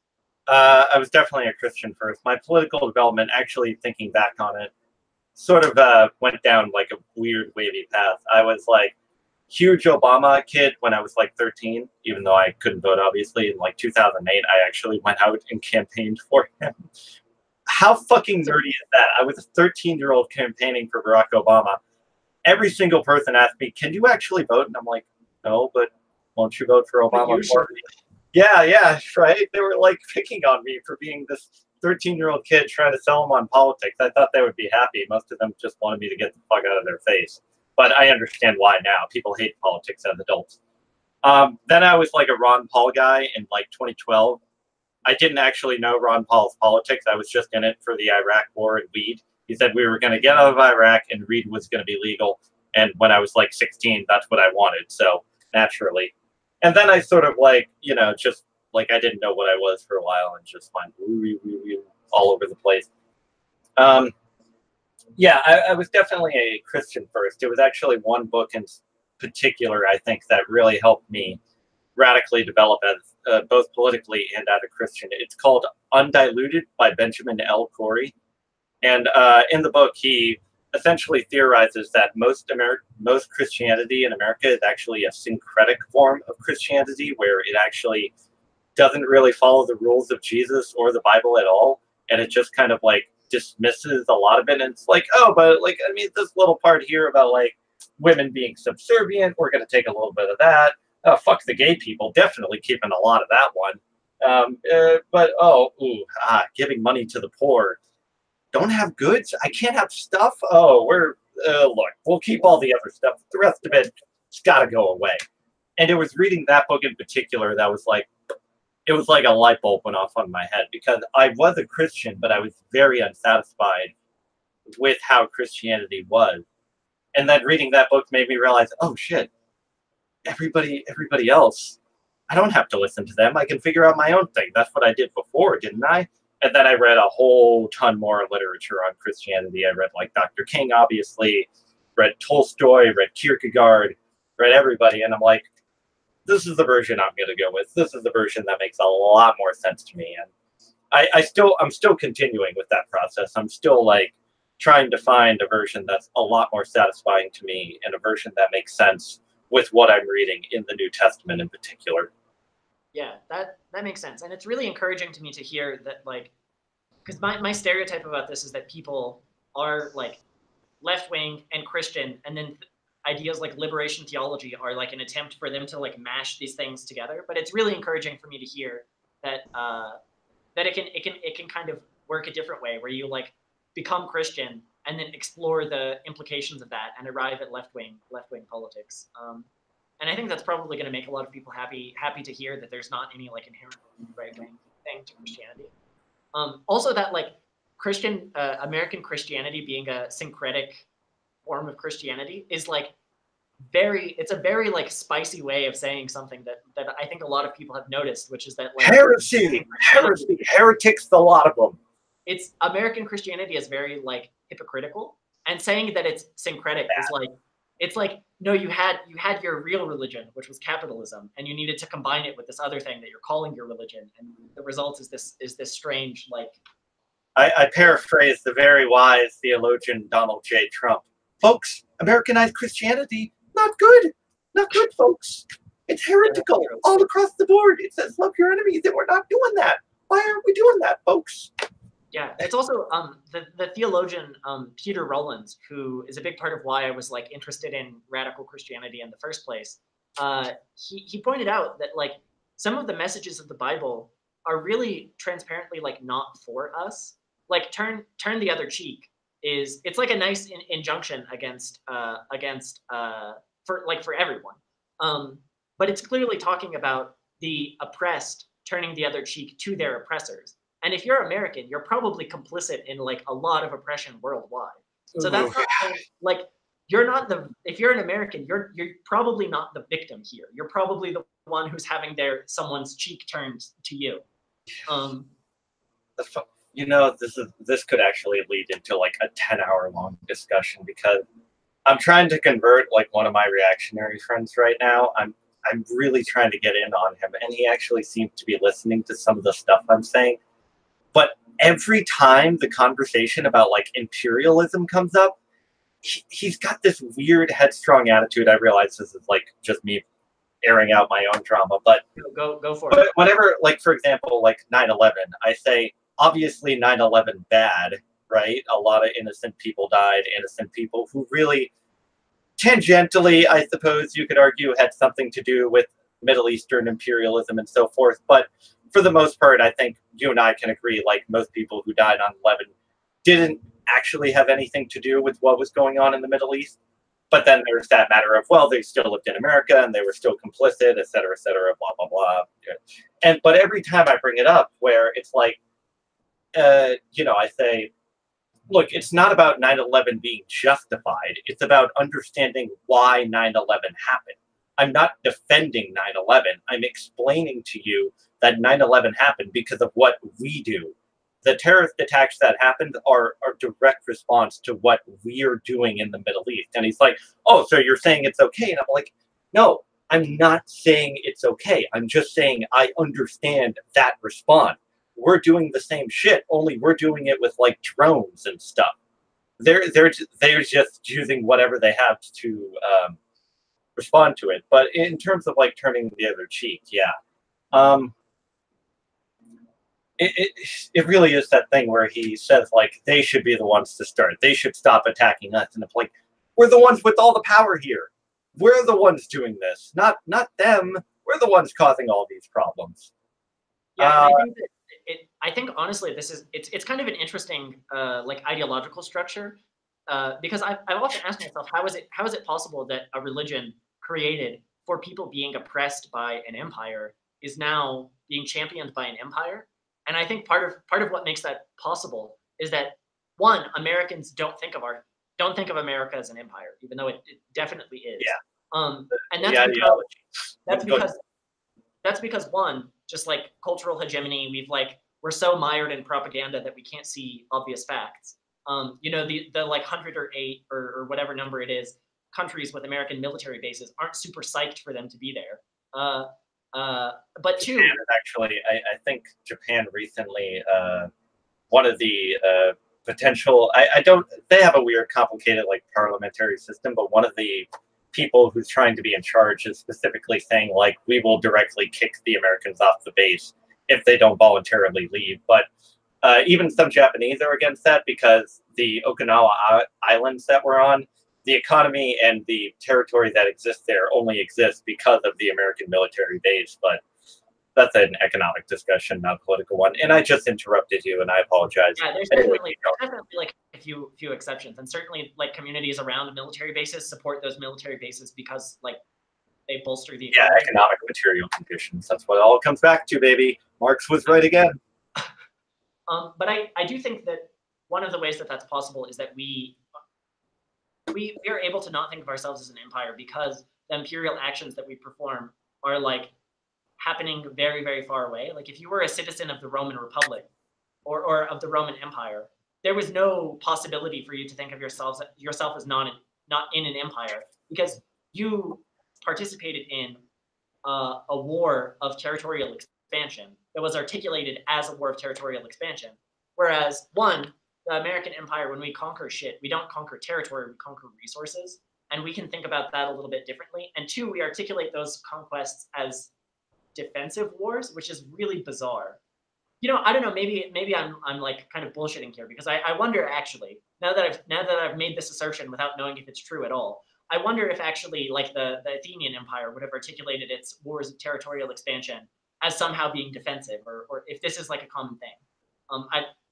I don't know, but anyway, I think that we can all agree that like Americans don't think of ourselves as an empire, so we get into this weird situation where it's possible for Americans to like on the one hand support like the Iraq War, and on the other hand be Christians at the same time because they don't think of the Iraq War, they think of it as like a defensive war more or less. This is a bit of a side tangent, but we got another prop out. There's this guy who wrote this book. Guy called John Ralston Saul. He wrote this book called Voltaire's Bastards, and he very specifically talks about this. He talks about how Enlightenment mentality was specifically started originally as something to banish the mystical ideas of feudalism and the divine rights of kings. However, once Enlightenment mentality got co-opted by kings and the various rulers of the region, they eventually used it to cloak conquest and imperialism and colonialism in the thin veneer of respectability and reason. And everything in the grinding death machine is all put under this very thin mask of respectability. Like Iraq War, we were liberating them and bringing them freedom. And instead of us thinking about the obvious fact that we killed thousands of innocent people to do this, we instead put it under this Enlightenment mentality to justify it. But specifically with regards to Christians, I suppose that would be my answer to it, more or less, is that all of it is put under this thin veneer of respectability. Where, I mean, just look at the way we dealt with the Sandinista death squads we backed in South America in the 1980s. You read all the newspaper clippings at the time, and every single reporter, even though it was a very straightforward and obvious case of literal terrorist death squads just slaughtering indigenous people all across the board. This was so brutal. I remember this from Manufacturing Consent, but I might butcher it a little bit. There was specifically a New York Times article from like a kind of liberal writer, like he was kind of a dove, but even he, like when it came forward, specifically one of these slaughters the Sandinistas had committed, 108 villagers, I believe, was the final death toll. Even he said, well, we need to push back communism. Nicaragua is only a 2-day walk from America if you, hike through areas where there's no terrain and you go on the roads.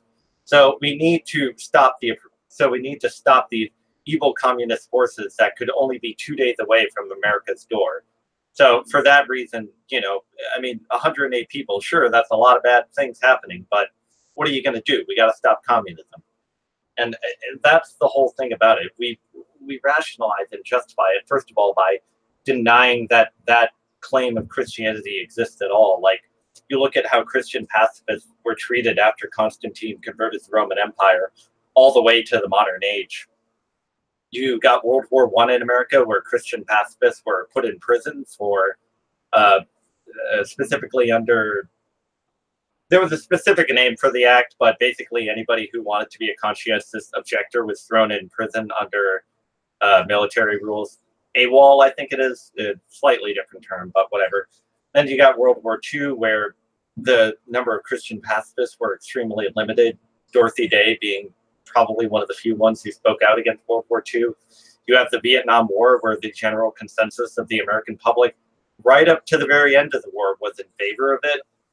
People dodging the draft. I could go through the whole list. Every time we justify it under a thin veneer of respectability and just dismiss or ignore the fact that 80% of this country claims to follow a guy who said, "Love your enemies, pray for those who persecute you."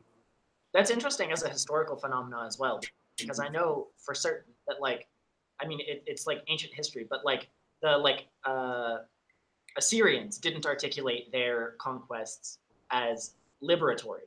They explicitly articulated their empire as, no, we're stronger and better than you. So we're well, what age was this? When was the Syrian thing happening? No. This is like ancient history. Well, yeah, but I thought we were talking about today. Yeah. Do you want to talk about overall history of it? No. I'm not done saying the thing that I'm saying. Okay, sorry. So it's just interesting to me that we've kind of historically progressed from a point. At some point, it was kind of acceptable in people's heads to articulate your imperial expansion as just no, we're better and stronger than you, so we're going to take your stuff. And at some point, I think we snapped into a different mode where it makes sense now for empires to justify themselves as the opposite of what they are. So it's interesting that the widespread acceptance of ideas about the liberation of all human beings has meant that the people who want to create empires have to articulate their imperial aggression as a part of that project to liberate all human beings. It makes it a little bit more complicated to identify, it makes it a little bit more complicated to identify who is the aggressor here and who is the defender, when even the aggressors are articulating themselves as acting purely in self-defense. That's the hardest part about me. I was actually having a conversation with a coworker about it specifically yesterday, believe it or not. And he said something that made me remember why I actually kind of hate liberals a little bit. And when I mentioned the sort of grinding death machine of Enlightenment mentality and all that, and he said, "Well, isn't that better than just being a conquesting sociopath?" And I'm like, no, it fucking isn't actually, because guess what? People are still dying. People are still being killed by this thing. And it's even worse because at least before you could say, well, this is obviously fucked up. You're just using might is right mentality. This is completely disgusting. What are you doing with it? But now it's well, we need to stop the awful atheist communist regimes that are pushing forward and destroying the other people.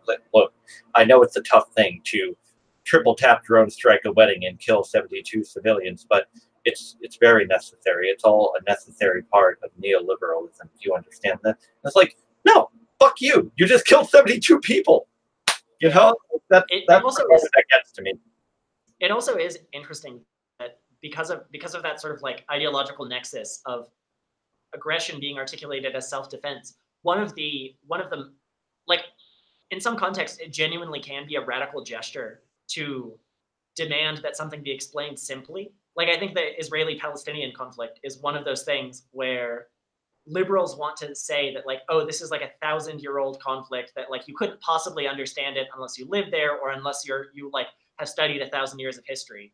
And the radical gesture is to say no, this is actually not that complicated. It's one group of people wants to take land from another group of people, and unconditional weapon support for the Palestinian people. Yeah, and it's just interesting to me that in some contexts, demanding that something be simple can be itself a radical gesture. And I think that's actually tying it back to the original topic of discussion, which was Christian anarchism. I think it's interesting that that's similar to Tolstoy's approach to the Bible. That no, you don't need 17 layers of abstraction to understand love your enemies. It's actually a very simple injunction, and you just got to fucking do it if you want to be a Christian. Sorry, another nightmare. Oh no. Yeah, she can be a very kitschy cat. We think she was abused previously, but I don't want to bring the mood down. Yeah, anyway, yeah, I mean, there is sort of a black and whiteness to it all, isn't there? That can be very tempting at times.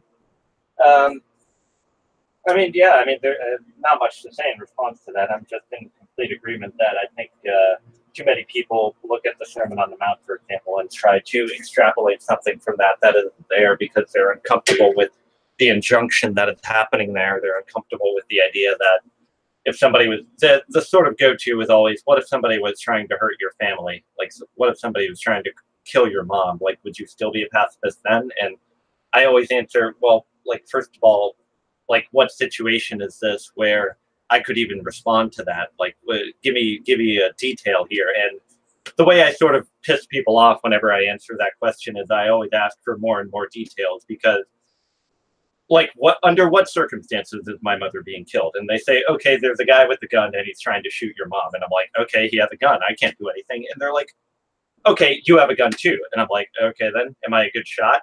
And they're like, yeah, you're a crack shoot. Okay, then I'll shoot the gun out of his hand. It's like, well, okay, you're not that good of a shot. That's not going to happen. And I'm like, okay, then what if I miss and hit my mom? And it's like, you're behind the guy. And I'm like, well, if I'm behind the guy, why don't I just tackle him? And it's just like, they get more and more upset. And I'm like, you got to give me a detail here. You got to tell me what the exact circumstance is, because depending on the circumstance, I got to respond differently depending on what's going on. You know, like, forget the pacifism. Like, what is my response going to be? Period. You know, like, how can I deal with a situation where somebody's about to be hurt and I'm the only one who can stop it? You got to tell me what the exact situation is, how much time I got to think about it, and even then, I don't 100% know the answer to that question. I'll shoot away from myself. No more nightmares, at least. Yeah, but anyway, I like to upset people when they try to, like, pick apart my pacifism, because I always like to really nail down what their example is, and they get really upset by that for some reason, because it shows how ridiculous the thought experiment is once you really start to think about it. Yeah, and also I think that there's kind of an underlying, like, really good point there, which is that there are basically no situations where there isn't at least some sort of coherent pacifistic response, and that, like, imagining one requires, like, that you it's really a stretch to imagine. Yeah, like, you have to go Nazis. You have to go, like, cartoonishly evil. Yeah. Just you have to go straight for the jugular if you want to try to pick apart absolute pacifism at the very least. And even then, I think there are coherent responses to it. Like I said on the Bosch stream, I think you could destroy Nazi supply lines. I think you could try to break people out of concentration camps, for example. There's a lot of ways that the people sort of misunderstand the Holocaust as a historical event. They think it was like some kind of action of force. Really, the big problem with the Holocaust was everybody went along with it. That was the problem with the Holocaust. That's why that happened. People stood by and let it happen.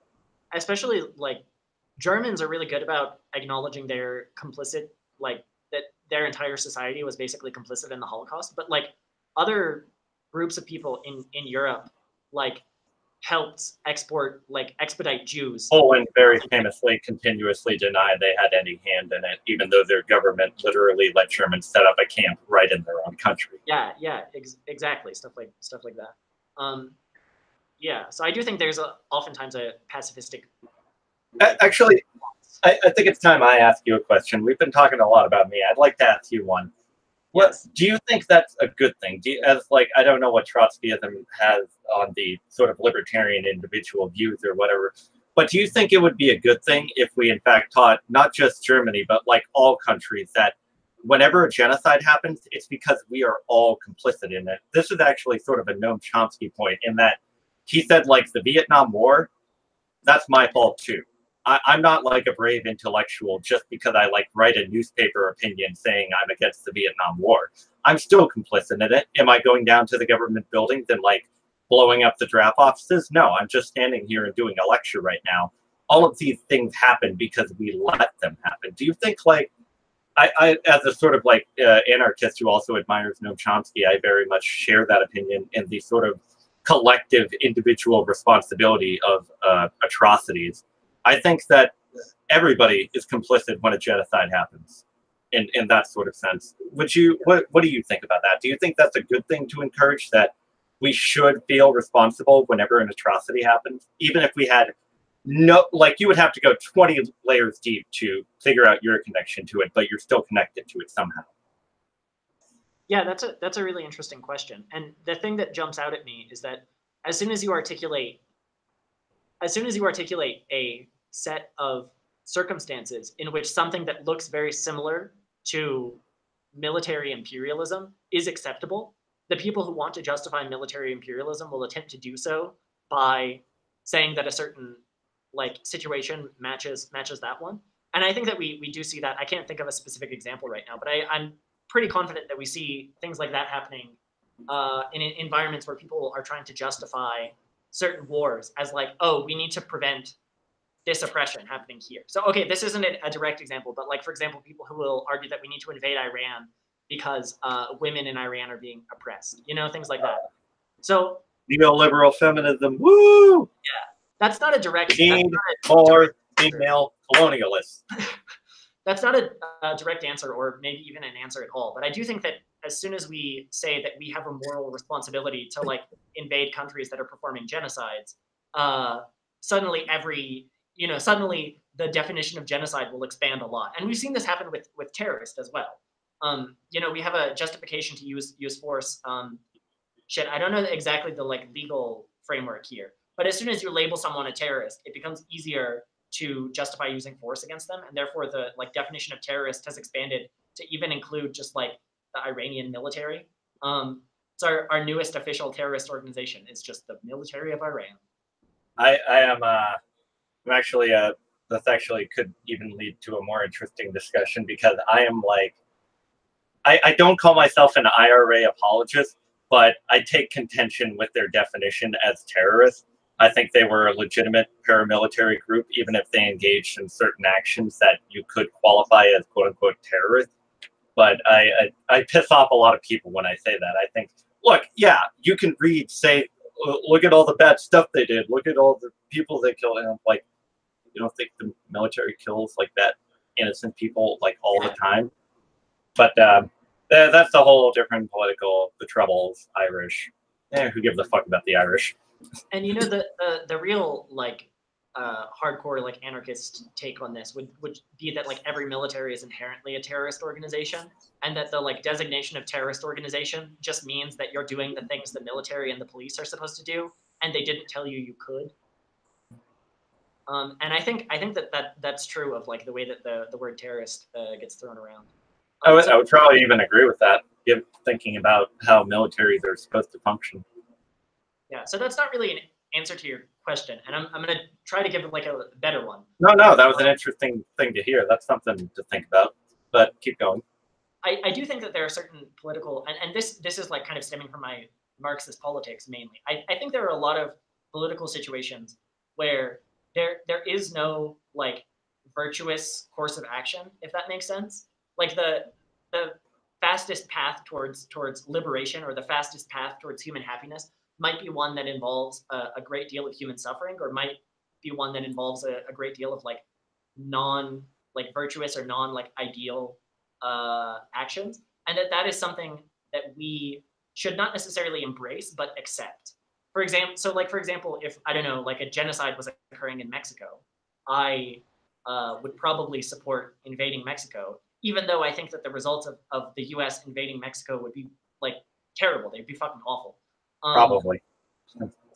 And so I don't exactly think that there's like I take issue with this form of politics that articulates what the best circumstance would be, what the best result would be, and then just directly aims at achieving that, even if it's incredibly unlikely to happen. Like, I think that we need to acknowledge the reality of the political situation that we find ourselves in, and accept that we might have to do some things that we're uncomfortable with or that we don't like.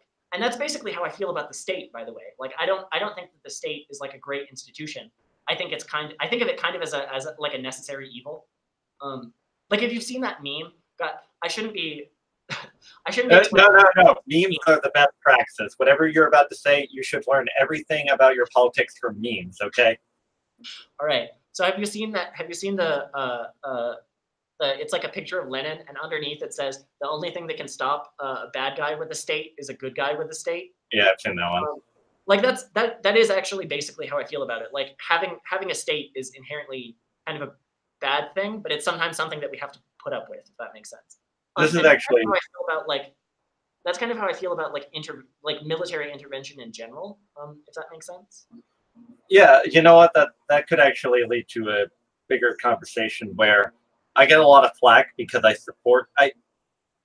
don't know if I'm gonna vote for him. That's God, I'm wrestling with that one so much right now.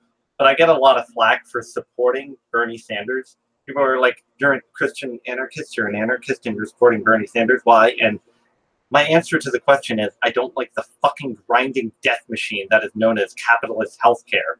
Do I think the state is like evil and pagan and sinful or whatever?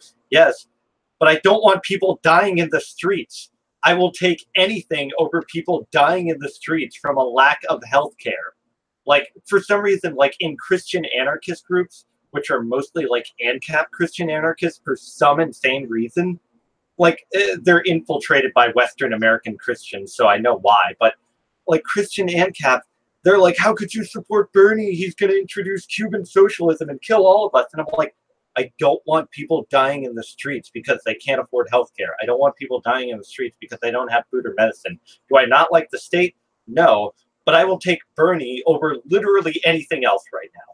We've tried everything for the past 300 years. Can we try a single-payer healthcare system, please? We can. Let's worry about like our anarchist revolution tomorrow. Can we get people not dying today? That's what I would like. It's a like non it's a non reformist reform, if that makes sense. Lesser of two evils, which I hate. I really hate doing that. But it really is in this case. It really is the lesser of two evils. This is a thing that like communists talk about and think about a whole lot, is like which reforms are helping us kind of get closer to a revolution. I mean, because basically the core of like statist communist politics and a lot of anarchist politics as well is the idea that we need a revolution. Like we're not going to arrive at a just society step by step. And so the question then that comes up for a lot of people is like, is this reform getting us, like, number one, is this reform going to make people happier? Is it going to like improve people's lives? And number two, is this reform getting us closer to or further away from that revolution? And the like kind of the kind of like comfortable situations are the ones where both of the answers to that question is yes. And then the uncomfortable situations are things where like, yes, this reform is going to make, I think this reform is going to make people's lives better, but it's also going to make the revolution like come later, or like maybe not even be possible. And then the accelerationist argument, isn't it? Rather to say, if we introduce single-payer healthcare, it'll actually make the revolution more difficult. Yeah, and my problem with accelerationism is that it's far too optimistic. It's like it's like the rapture, but for atheists. Like every time something bad happens, it's actually secretly good and is just getting us closer to the moment where we all get to like go up to heaven. Except in this case, heaven is like revolution, post-scarcity revolution, full communism. Yeah. Look, let's just bring the Nazis back. I think we vote for Richard Spencer for president, and then I think we'll get our communist socialist utopia in like 2024. Just get Richard Spencer in office. It's a perfect plan. Yeah. No. This is like the like full meme of accelerationism, is that like there's actually no Nazis, they're just all like secret MLM accelerationists. You know what, that would actually be awesome. That would be cool. Oh my god, like Richard Spencer becomes president and he like tears the mask off. He's just Bernie. It's just Stalin the whole time. He tears the mask off, like metaphorically the mask comes off and people realize that he's a Nazi. I mean, I guess that mask was never really on. But then, like, he becomes president. He swears on the Bible or whatever it is we swear on these days. And then he, like, literally pulls the mask off. Like, Trotsky's been alive this whole time. He's, like, 150 fucking years old. Or however old he may be. We're in the utopia. We did it, guys. We did it. We did it, lads. We were racist enough. But wait, what's this? Okay, we really went off there for a minute, but you know what? That was still a good conversation. Yeah, we should probably wrap things up. It's been, I think, 2 hours now. I'm having so much fun. We got to do this again sometime. This was we should. Conversation. Yeah, this was really fun. We should. Okay, I have a couple more questions. One, the just like end all question of every interview, which is there anything else you wanted to say that you feel like you didn't get an opportunity to bring up? Um, I can't really think of anything. I mean, go Christian anarchism, I guess. Convert to Christianity, you heretics, or I will burn you at the stake when the revolution comes. Yeah, wonderful. Um, ooh, I feel like being burned at the stake is like the Christian version of like gulag jokes, and it's somehow like much edgier. That is a pretty brutal way to go, though. Burning to death, yeah, that would suck. I Yeah. wouldn't want it. All right, and the other thing is give me your like top 5 or like top 3 or whatever book, movie, or like essay or just whatever you want recommendations. If I want to learn more about Christian anarchism, like Christianity in general, like leftism, I guess.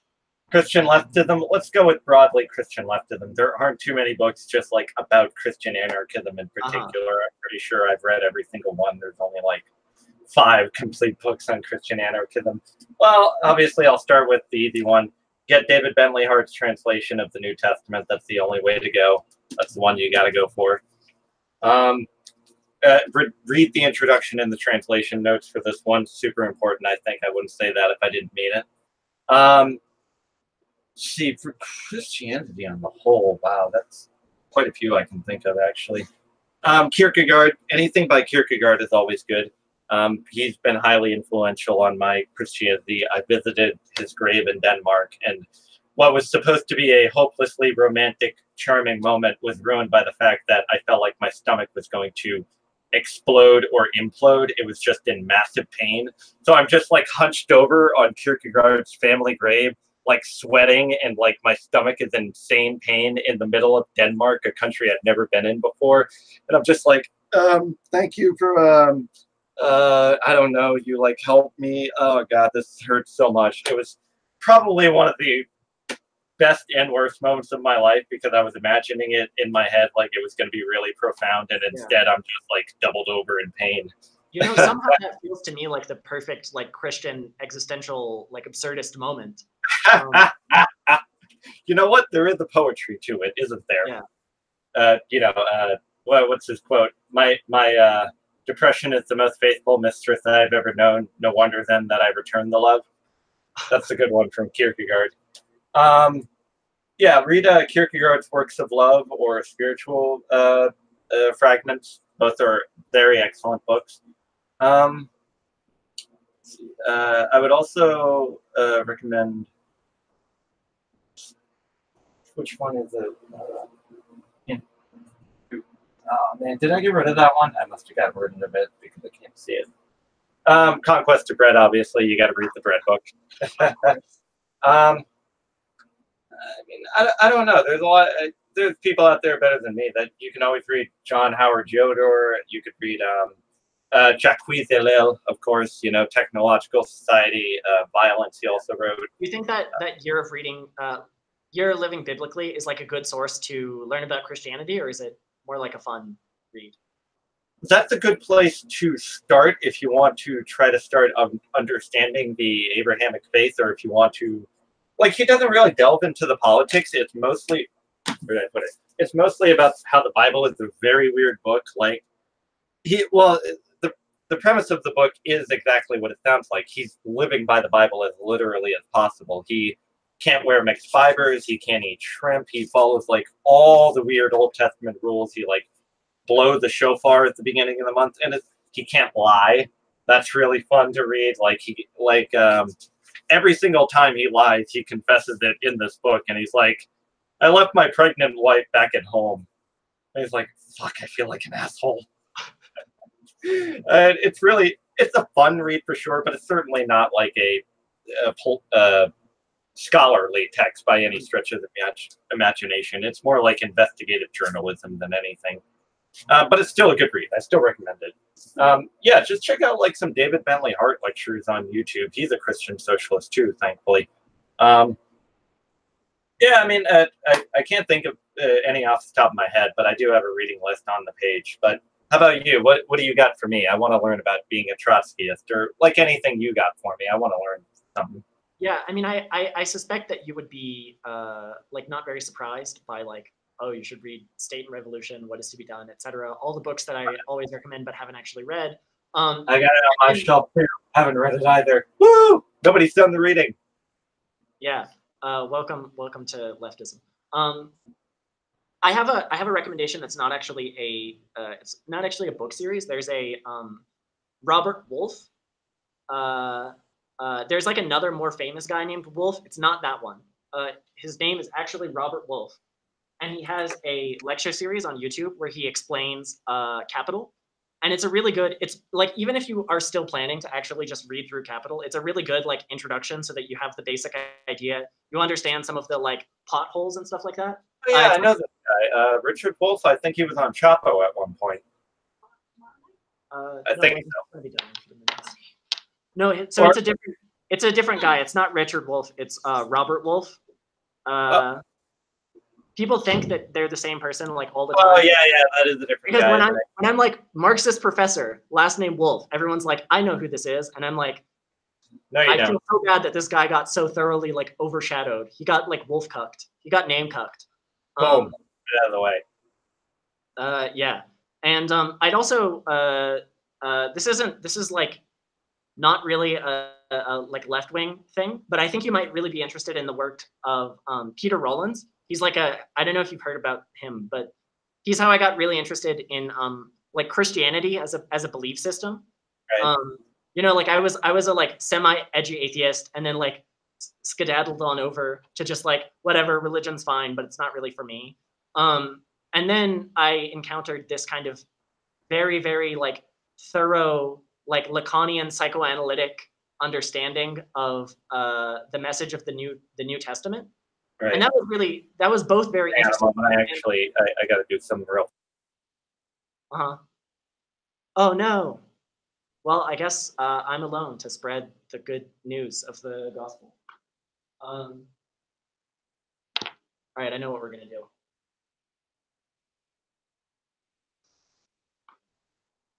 All right, the microphone's over here, so we're doing a little ASMR stream. Can you hear that? I can't tell if you can hear that, but I hope you can. Oh no, I don't think my microphone is working.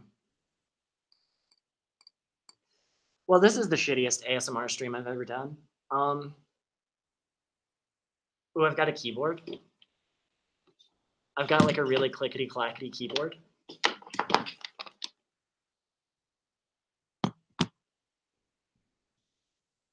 Hello? Are you back? Yeah. Sorry, I had to let my cat out. I told you that was going to happen, and of course it happens right at the end. Me and the like, I'm guessing the number is probably going to be like 2 or 0. People who are watching this have been doing an impromptu ASMR stream. We're going to do a soft reading of the State and Revolution. State and Revolution. Oh, so I was saying I would recommend Peter Rollins. He's like a really interesting. He's like a postmodern Christian, which I like to say that to like Christians because it really spooks them. The idea that like generally people like, especially evangelists, basically think of postmodernism as like a Marxist attempt to kill Christianity, which to be honest, like sometimes it kind of is. But it turns out that you can combine those things. You can be a postmodern Christian, and it's really weird and kind of lit, if you ask me. Well, the first thing I see is on Christianity and the absurd, so he already has my attention. Yeah, he's a really interesting dude. He has like a podcast, which is great for me because like reading, no. Lazy boy. Oh yeah. Yeah. All right, cool. I think that might be it. All right, I think that can wrap things up for sure. Oh, shit, I forgot the most important question, which is that if people are interested in you, where can they find you on the internets? Yeah, easily enough. You can find me on Sassy Christian Anarchist memes. The DMs are always open there. I do have a Twitter, Luppi Jackal. I can probably throw that up in the chat as well really fast. I mostly just shitpost on Twitter. So my latest tweet is, and I quote, well, besides the stream announcement, stop clogging my feed with Tifa porn, you horny fucks. So that tells you about the quality of posting I do on Twitter. But other than that, yeah, just Sassy Christian Anarchist memes on Facebook. Check out my Twitter. I do have a Twitch, but right now work is getting in the way of that, and I don't know how often I'll be able to stream. But you can find me on Twitch once in a while. All right, and I'll post links to those things in the description after the live stream's over, which is now.